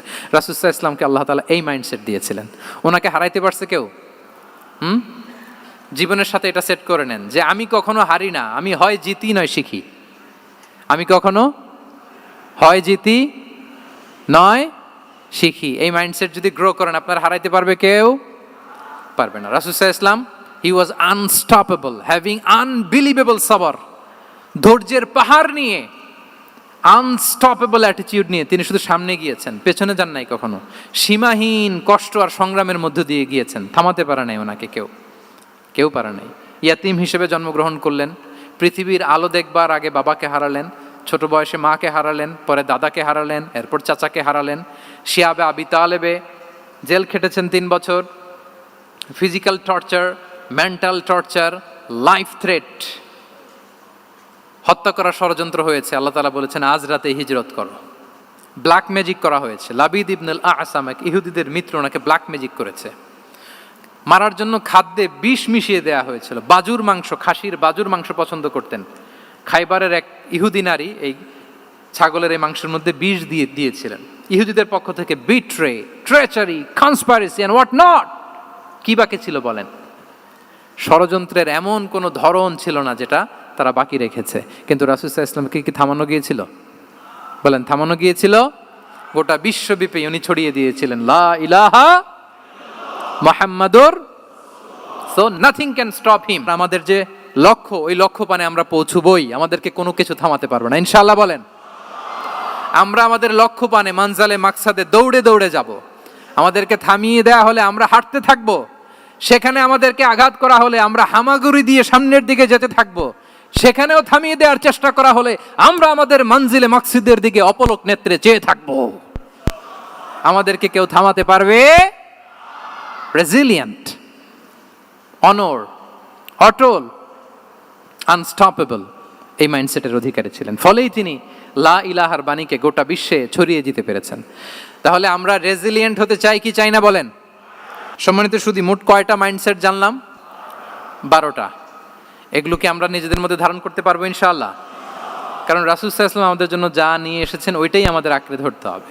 যেটা বারণ করেছেন ওইটা থেকে আমাদের দূরে থাকতে হবে। যে আয়াত দিয়ে শুরু করেছিলাম সূরা হাশরে, ওমা আতাকুমুর রাসূলু ফাখুযুহু ওমা নাহাকুম আনহু ফানতাহু। নবী যা এনেছে ধরো, নবী যা বারণ করেছে সেগুলো ছেড়ে দাও। আমরা আল্লাহ তাআলার কাছে কামনা করি আমার নবী ওনার যে থট প্রসেসকে ডেভেলপ করেছেন, ওনার যে অ্যাপ্রোচ অ্যান্ড মাইন্ডসেটকে ডেভেলপ করেছেন, আমরাও যেন আমাদের মাইন্ডসেটকে ঠিক ওইভাবে করতে পারি। আমাদের রাসূল সাল্লাল্লাহু আলাইহি ওয়াসাল্লাম যেভাবে চিন্তা করতেন, আমাদের ভাবনা এবং চিন্তার আঙ্গিনাও যেন ঠিক সেই রকম হয়। আমরা সবাই পড়ি আমিন। তার মাইন্ডসেট হবে আমাদের মাইন্ডসেট, কি বলেন? পারা যাবে তো ইনশাআল্লাহ? তাহলে কয়টা মাইন্ডসেটের কথা বলেছি? 1 নম্বরে কি ছিল? God centric. 2 নম্বরে ভিশন ওরিয়েন্টেড। 3 নম্বরে উইজডম ড্রিভেন। 4 নম্বরে রিফর্ম সেন্ট্রিক। 5 নম্বর ওপেন মাইন্ডেড। 6 নম্বর এন্টারপ্রেনার। 7 নম্বর কনসিডারেট। 8 নম্বর ট্রান্সপারেন্ট। 9 নম্বর অ্যাপ্রিসিয়েটিভ। 10 নম্বর ফ্লেক্সিবল। 11 নম্বর অপটিমিস্টিক এবং 12 নম্বর রেজিলিয়েন্ট। এটা ছিল রাসূল সাল্লাল্লাহু আলাইহি ওয়াসাল্লামের মাইন্ডসেট। এই মাইন্ডসেট দিয়ে যদি আমরা আমাদের মাইন্ডসেটকে সাজাতে পারি, আমাদের সফলতা দুনিয়া এবং আখিরাতে কেউ ঠেকাতে পারবে। আল্লাহ তাআলা আমাদের সবাইকে কথাগুলো বোঝার ও আমল করার তৌফিক দান করুক। হাদা মা ইনদি ওয়াল ইলমু ইনদাল্লাহি আলাইহি তাওয়াক্কালতু ওয়া ইলাইহি উনীব। আসসালামু আলাইকুম ওয়া রাহমাতুল্লাহি তাআলা ওয়া বারাকাতুহু।